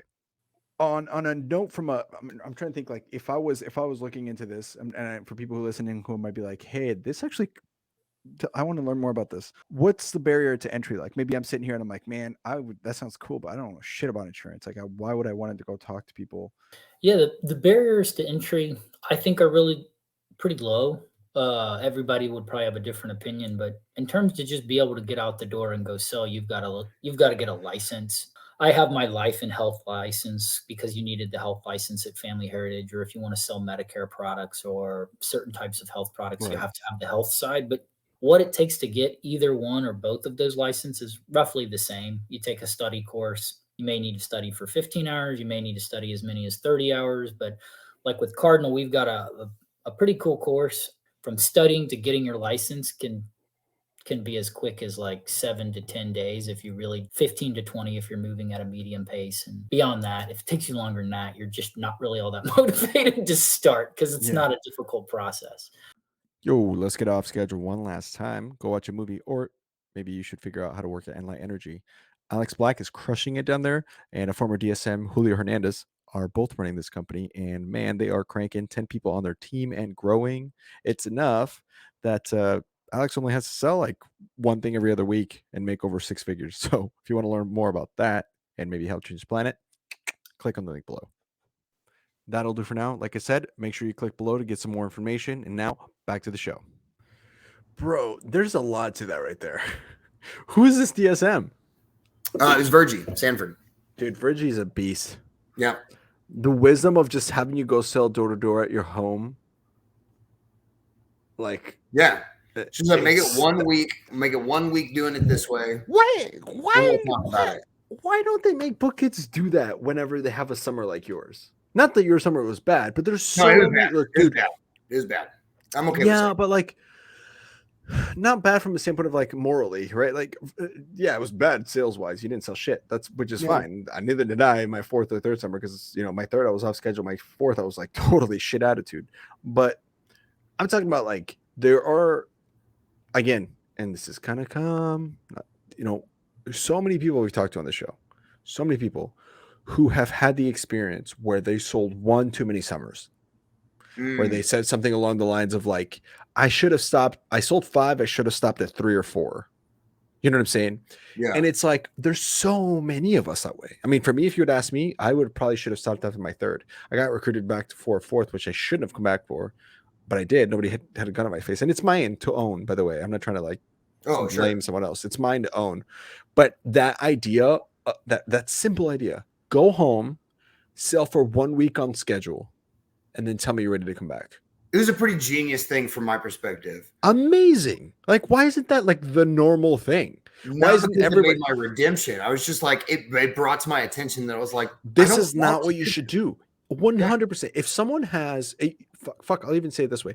If someone has a summer where they decrease in production more than 30%, regardless of what it was the year before, if you sold 10,000 units and you come back and you only sold 7,000, or 50%, let's just say 50% to be generous.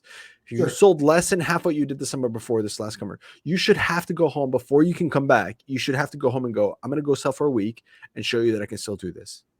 Back home where everything's close by, my apartment, beer, my friends, my girlfriend, wife, whatever, or husband, however you. Yeah. You're right. And then be like, if you can't do that for 1 week, you don't come back for another summer. That should be your trial. Everybody should have to go through that didn't grow or about hit the same. No, I don't know that that's true, because I think that like anytime you have a growth path, right? Like you're going to have years where you level off or decline even a little bit to like learn a greater good. Yeah. About 50%. No, I went down by 80%. No, 70%. Which, but it was right that you didn't come back. Yeah. You know what I'm saying? Like, come back.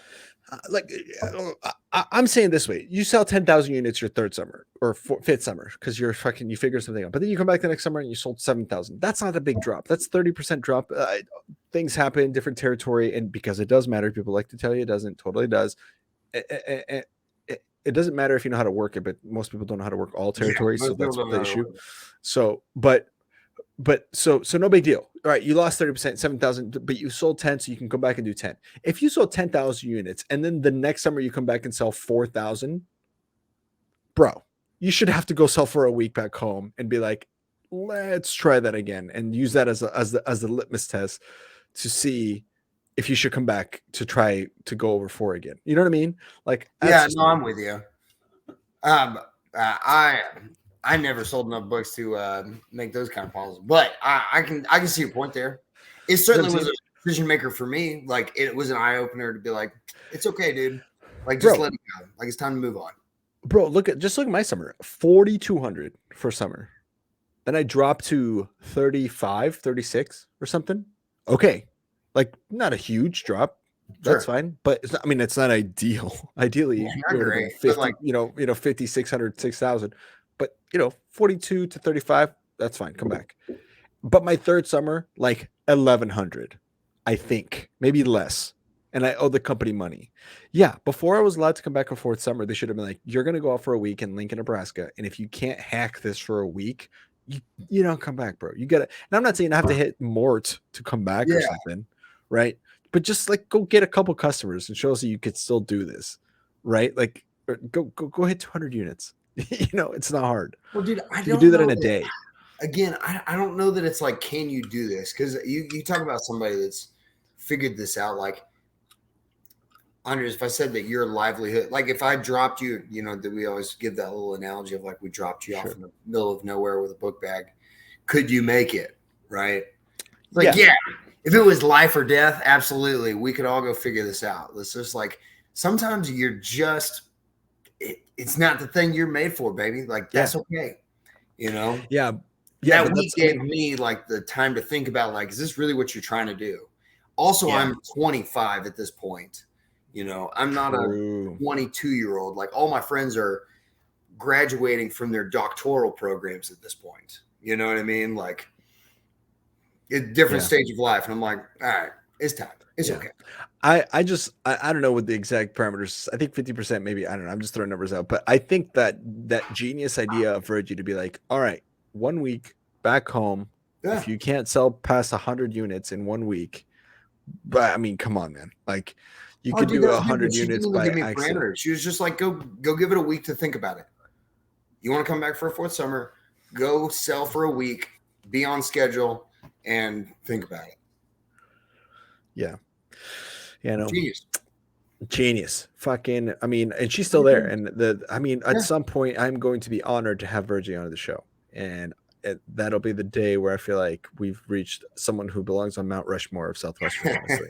Like and hopefully you said this to her, and Virgie, didn't get to know you as well as I wanted to, but you are by all accounts and from personal experience, a phenomenal human being that is earned everything you have in Southwestern. Cheers to her, my friend. Cheers to Virgie. Cheers to Virgie. Yes, sir. I love it. That's a great story, man.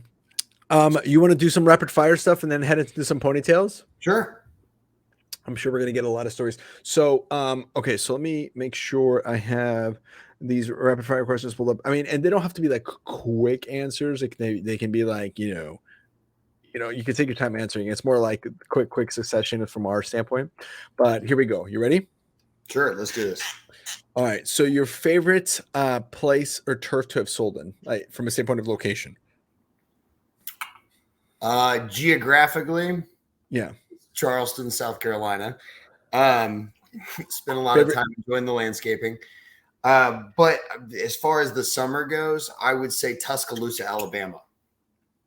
No, I sold in Alabama turf. Roll Tide. Roll freaking Tide, baby. It was the funniest turf that I ever sold in. Are we going to get some ponytails from that? I hope we do. Yeah. Amy, put that on the notes if you can. Shout out to Amy, our producer. She's the best. Okay. Favorite kind of turf from a standpoint of like country, big brick. I only got one kind of turf. They put me in the country. They put me on the sticks. I got no big brick. I never got like country, upper middle. Like I got sticks country. I sold in trailer parks and all kinds of the best parts of the country. Let's go, bro. Big brick's nice if you know how to work it, but it is. I'm sure I believe that it is. The country. My first summer, I was in upstate New York. It was like middle low income, up in the sticks, and it was fucking awesome. As Javed put it last episode, some dogs had more teeth than the owners. Great stuff. Favorite advanced sales tip? Can I tell you my Dan Moore story? Oh yeah, are you gonna tell this now? Yeah. Yeah. It's not a pony story. Oh, okay, but yeah, favorite Dan Moore story. So we should have that as a Dan Moore rapid story. fire question. So we're in Tuscaloosa, Alabama, my second summer, and we're doing recognition. And I'm the high unit producer of the week, my second summer. And they're like, how'd you do it? And I've been doing okay up to this point in the summer. And I was like, and again, I'm in rural country selling in double wide trailers and like mobile homes and stuff like that, right? When double wide trailers means rich. Yeah, they have a porch and everything, right? Like, wow. It's elevated from the ground. Yeah. They don't even have the tires on it anymore. Like that's high cotton, baby. It has AC. They got AC that plugs into the ground and stuff. Like that's crazy. They ain't got no window units in that place or nothing. Like we just put concrete on the driveway. That's where I sold. No, they just put down new rocks. That's it. Not that old shitty. We just rocks. re-rock the driveway. I'm my own cousin. We're doing good. So my thing was every time that I was in recognition prior to that, they were like, how'd you do it? And I was like, I found all the crackheads because I was selling to crackheads, man. I was selling a lot of books, Mufus and stuff. That's how they could afford the books. They can afford crack. And I finally had this big week where I made this great. I was just short of PC, I want to say. And I skipped all the crackheads and I found the drug dealer. And right as I say that is this 24-year-old idiot, Dan Moore and his wife come walking in the back door to come to our Sunday meeting. And I'm like, oh, awesome. And he's like, well, congratulations to you, son. You're doing great. I'm really proud of you. Just like Dan Moore does. Just doesn't make you feel bad ever. That is not how I wanted to make a first impression to our president. Forgot. Didn't know he was coming this week. That's cool. Especially when he never forgets anything about you ever. Yeah. Like you'll meet up with him 4 years later and going, how's your dad's 10.5-foot shoe? Did that fit him? You're like, what the fuck? Did he ever remember that one song that he was learning at the time on the piano? You're like, how did you do that? Yeah. Incredible. Anyways. The ability for him to do that. And knowing that he's not going to ever forget that. Yeah, it's like he'll remember that until he's dead. Hopefully not for a while. Real exciting. Favorite advanced sales tapes? I had some Roger Sipes tapes that were pretty great, and he was just a comedic dude of just telling it like it was. Yeah. Have you heard Roger Sipes' episode? I haven't. I haven't. Dude, we talk about him doing stand-up comedy. It's in his advanced sales tape. It's great. Yeah. Oh, dude, I've got to hear this. Yeah. So yeah, he didn't perform in Chattanooga, but he was doing some good stand-up. Dude, okay, so Roger Sipe, you can't beat. I mean, Roger Sipe. I love Dave Rosen's, but Bill Zizzy, Dave Rosen one, legendary. Of course, the more Utley story is always good, but I love that. Roger Sipe's beast. Favorite product to sell / tack on? Tack on was Explore and Learns because it was a great gift. Yeah. So good. The one that I liked selling so much was the Princeton Review stuff, right? The college prep. Yeah. Great product. We talked about this a couple of episodes ago about how phenomenal the product is. Yeah. Yeah. It just made sense to me. But because it was either like they're about it or they're not. They're like, I'm going to welding school. It's like, well, then that's not for you, big dog. And so. Also with that, it's like if you even have to bring that out, you're talking to a kid that's like sharp, that it's like when the kid expressed interest in not even just going to college, but going to college and going to a big college, it was a no-brainer for that kid because of the fact that it was made by Princeton, and you knew that, you know what I'm saying? Like, you're not going to show that to the kid that's like in 9th grade getting D's and F's, who needs the other books, right? Yeah. That's not maybe the ideal candidate. But if you had like a junior who's getting straight A's and they're like, I'm trying to get into Harvard, and you're like, stop here, just take this. It's cheap, relatively, the value for what you get, for how much you pay. It's extremely great priced, and it works. Like, yeah, you're right. Yeah. I agree. That was my favorite thing to sell, probably too. I sold the hell out of that in Alabama because they were like, I want to go to Bama. And I was like, well, then I've got the thing for you, dude. Come here. Yeah. I'll show you. you know. Yeah, They I were sold like, the shit "I out of bought that. it, yeah, hell yeah, roll Yeah. tide." I had a lot of platinums with CEAs, like 1 through 6s with CEAs in Vermont, because everybody wasn't go to Dartmouth or Harvard or MIT because we're in New England, and it was like it was a cake. I mean, it's, oh, you getting B pluses, A pluses. You want to go to Dartmouth, like Dartmouth just down the road. Yeah, you're gonna need this, and it was so easy. You AP book added to the 6. Of course, you're gonna do research papers. Get that 5th book. Obviously, you're gonna get the 1 through 4. Oh, and by the way, here's a college prep. It Yeah, was like slam dunk. Yeah, it's a great product. Yeah. the Favorite overall summer out of the 3. favorite overall summer was the summer in Alabama, man. It was Yeah. we had a great org. Alabama is gorgeous. The people are so stinking friendly. Yeah, I had just such a great time selling in Alabama. I'm excited for some ponytails from some ponytails from Alabama. Okay, next one is best sales day ever. Now this can be in units or like just like a day that you're like, man, what a great day to have been on the book field. Maybe you didn't sell shit, but it was a great day. Or I don't know. No, let's see. I don't ever remember my unit days. I just never. I had good unit days, but like I just never had that like wiring of like that's what drove me. And so That's right. I've got You did really say cool. You're not a numbers guy. Yeah, I'm just not a numbers guy in that way. So I had really cool stories with families, right? So like one day, it was the last day of my first summer. I was down in Franklin, Tennessee, as a town with like Money. what is it? The hostess, right? Like the snacks. It was where Nice. the factory was. Okay. I think that's where Lee McCroskey lives actually. Oh, really? Is that near Nashville? South of it's south of it's right on like the Tennessee Georgia border, basically. Oh, then no, that's not where Lee McCroskey lives. I didn't figure so. Okay, But so half the town were employees of this, and then the other half of the town worked for the college that was like a religious college. Okay, and it's my very last day. And I have been tracked. There's this one giant brick house on top of the hill. It was literally the house on the hill that was just like this looming thing. And everyone was like, oh, you got to meet that guy. He's so awesome. You'll love meeting this guy. And the other big demographic for this little town was this Ukrainian evangelical church where they had all fled the Ukraine decades ago and had built their own little community in this like very, very small town. So they were like half the town was this Ukrainian evangelical church, surprisingly. It's pretty sweet. Well, it was cool, man. And everybody's telling me like, hey, go to the house on the hill, go to the house on the hill. But they had gates. And so they were always locked.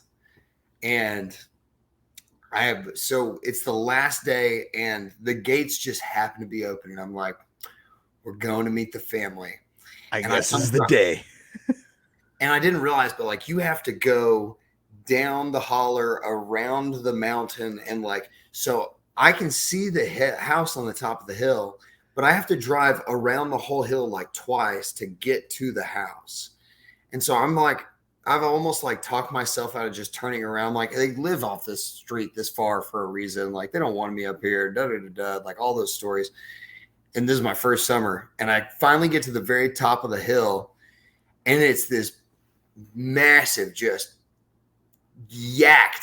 just massive dude that is up there with his wife and kids. And he's like, what are you doing? How are you get up here?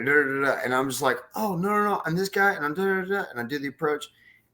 And he's like, oh, I've heard so much about you from everyone in the community. And he's just like, and this is my very last house, very last summer. And he's just like, come on in, man. And all his daughters are like those little Russian dolls that fit inside of one another. They're like a window sticker family, just like, in different sizes. You know what I mean? Like a window sticker family, like just. Yeah, but they're the exact same girl. I mean, they're just like that.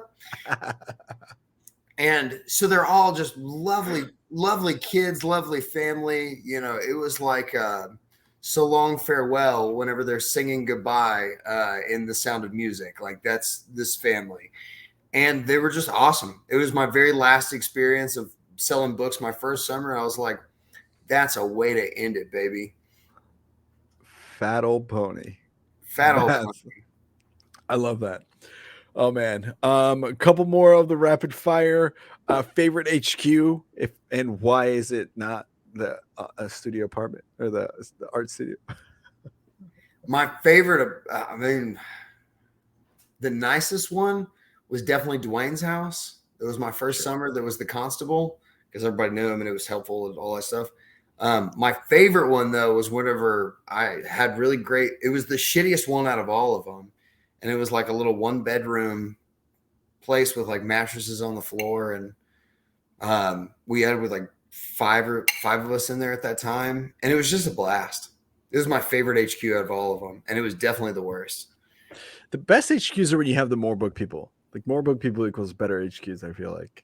Well, and less rudeness to whoever your host family is. Like I always liked living in apartments, or like I love living in that stupid shitty art studio that I was telling you about. Yeah. Because like you weren't bothering a family, you know? Yeah. You're out of the way. Yeah, I hated being in the way. No, I understand that for sure. And then favorite breakfast spot? Waffle House. Oh my god. 120%. Who was it? Was it Meredith that we had a Waffle House? Or we just had somebody who also said Waffle House. Dude, Waffle House is my jam. I still go to Waffle House because of selling books. You don't have like PTSD from me? You're like, no, dude, it was like having a dinner and a show at 5 a.m. You know, because I saw, like I said, I had this. I lived in Chattanooga, and so we'd have like these. And I lived in the ghetto, man. Like I lived in a weird part of town, right? Like there was wild stuff happening. So we'd have like the crackheads come rolling around Waffle House at 5 a.m. And so we'd have our executive exercises in the morning was just like with crackheads, and then crackheads would just join in. So we'd have like 3 book guys and then like 4 other crackheads to come join us in executive exercise. No fucking way. I've had they wouldn't know the executive exercises, so they just stand in us and scream. Like this wasn't like a happy-go-lucky, like we all then they learned and then they turned their life around. This was like they were like, rah! We were like, yeah. Oh, that's so good, dude. That is the best story I've heard about breakfast spots in a long time. That is so good. And so yeah, crackheads doing execs. Just the soundbite of that. We had crackheads doing execs. We had 3 book guys and 2 crackheads doing execs. We're just gonna use that as like a trailer or something. Perfect. So good. So glad that I could contribute. That's hilarious, man. That's good. Oh man, yeah. And I always that was my first summer. From then on, I always tried to find a Waffle House because I was like, this is dinner and a show every single morning. It can't get better than that. Can't get better.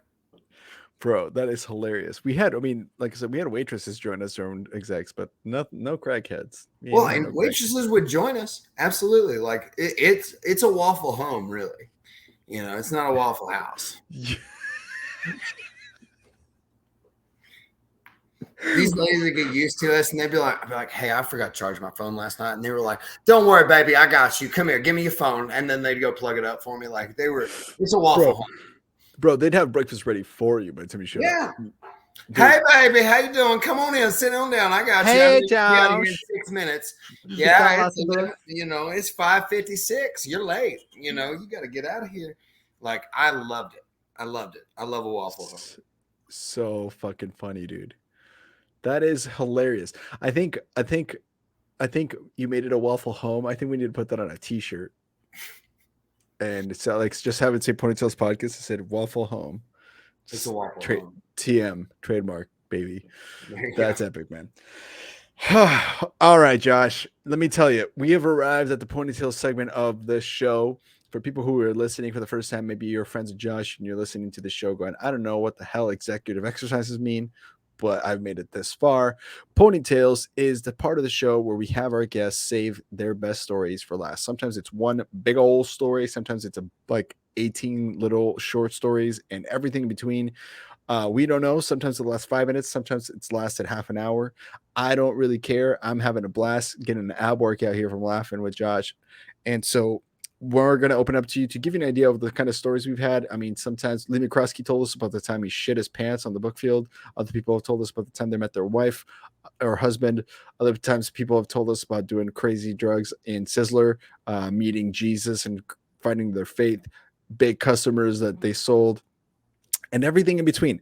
So hopefully you guys enjoy here. Here is Josh Simmons, Ponytails, my friend. Take it away. The microphone is yours. Let's see. We have a couple written down.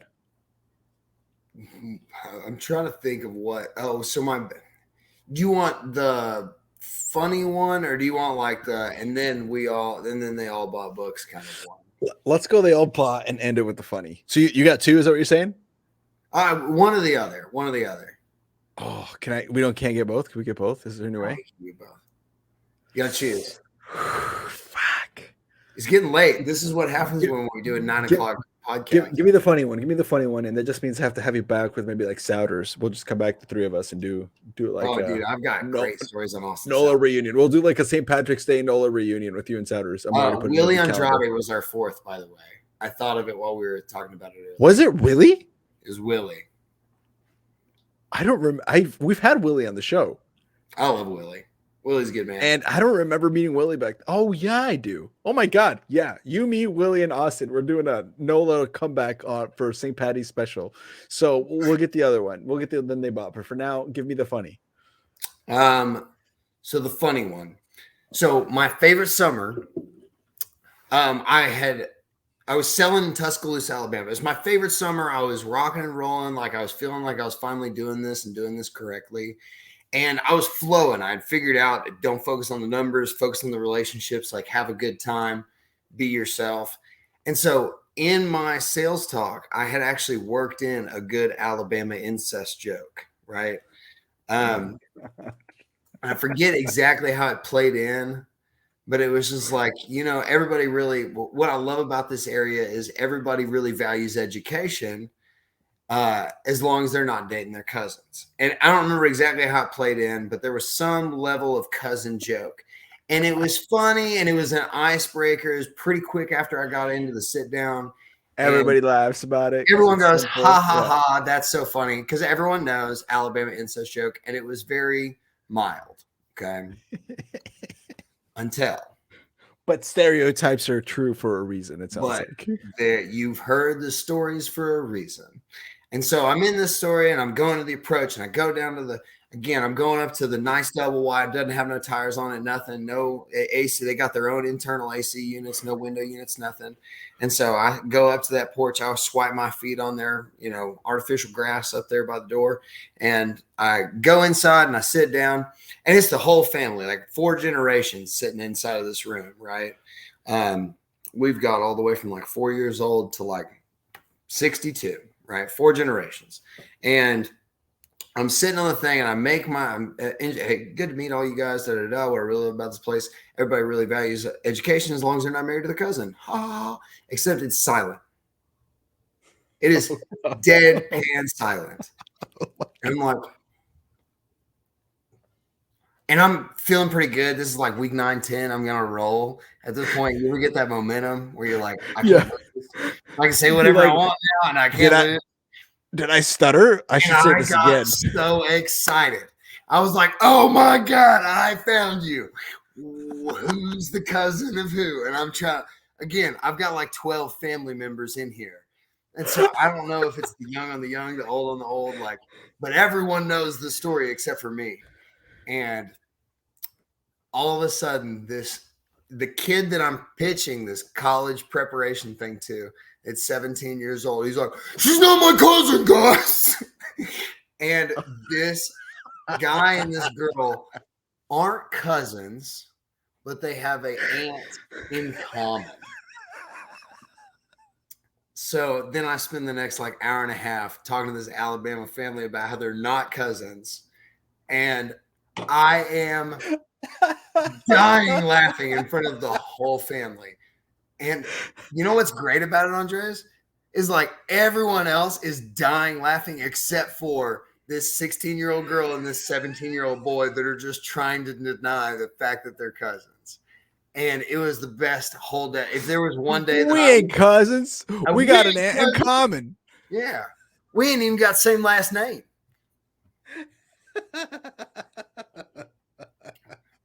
I died, dude. It was great. It's not exactly a pony from a they did end up buying. They were so ashamed and so terrified about getting into college. They were like, we're going to have to teach the boy something because he doesn't even understand family trees. So, you know, we got to get him into college. And then they bought. Both cousins. Bro. Each cousin bought. Both cousins bought. Now their kids are super smart. And if they're not, they got books to go for it. They got 8 toes, but man, they're intelligent. They got 8 toes, but they're getting A's and B's. A's and B's. Oh, amazing grip strength on their feet. Yeah. Great climbers.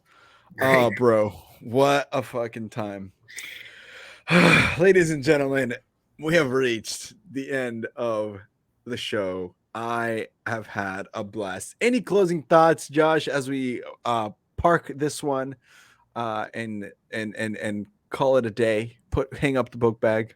Brother, I just appreciate you having me on. I know we talked about doing this a long time ago and just couldn't coordinate schedules during the summer for Bizzler and all that stuff. I just appreciate you having me on, man. It's cool to see what you've done with this podcast, from Facebook living events from your phone all the way to where you're at now with like your own studio and stuff. And like, it's very cool to see. I've listened to a bunch of episodes. I like it. It's very cool. Dude, I appreciate you. Thank you so much for saying that. That makes me feel good. And it makes me feel like we're doing a good thing. Appreciate it, bro. Absolutely. Oh, man. Well, again, I think we've already determined what March 17th or what our St. Patty's Day schedule is going to look like. So, Austin, Willie, if you're listening, we'll have you guys back on and we'll have a blast that day, drinking some Irish whiskey and wearing green and talking about some good old book times. So, thank you so much. If you made it this far, we really appreciate you being on here. We've been with Josh Simmons. If you guys want to get a hold of Josh, if you're in the Dallas area, maybe if you're in Texas even, probably still, and you're like, hey, love the show, want to hear more about this real estate opportunity, you guys can totally message us. You can also find Josh on LinkedIn. He's I think you're on all the socials, right? Is that? Yeah, the easiest way to get me is probably on Instagram or LinkedIn, either one. You can also find us on Facebook, Southwestern Real Estate, DFW. Yep. Okay. So there you go Southwestern Real Estate, DFW on Facebook. And if you can't find it, if you're just like, I don't remember or anything, just message us at Ponytails Podcast. Talk to us. Just say, hey, the guy in Dallas with the real estate, if you like space it or whatever, we'll get a hold of you guys. But it's Josh Simmons, just so you guys know. And he is a stud. Oh my gosh, you gotta call Josh. Oh my gosh, you got to call Josh. There you go. Southwestern Real Estate, crushing it in Texas. And if you want to have a flexible schedule, earn way more than you're probably making right now, no offense. And of course, have a good blast with a bunch of people who are doing amazing work in helping you grow as a person. Give us a call, give us a message. We'll get you hooked up with Josh. Thank you guys so much for listening. We'll catch you on the next episode. My name is Andres Gamboa, and this has been the Ponytails Podcast. Talk to you later, everybody. Bye.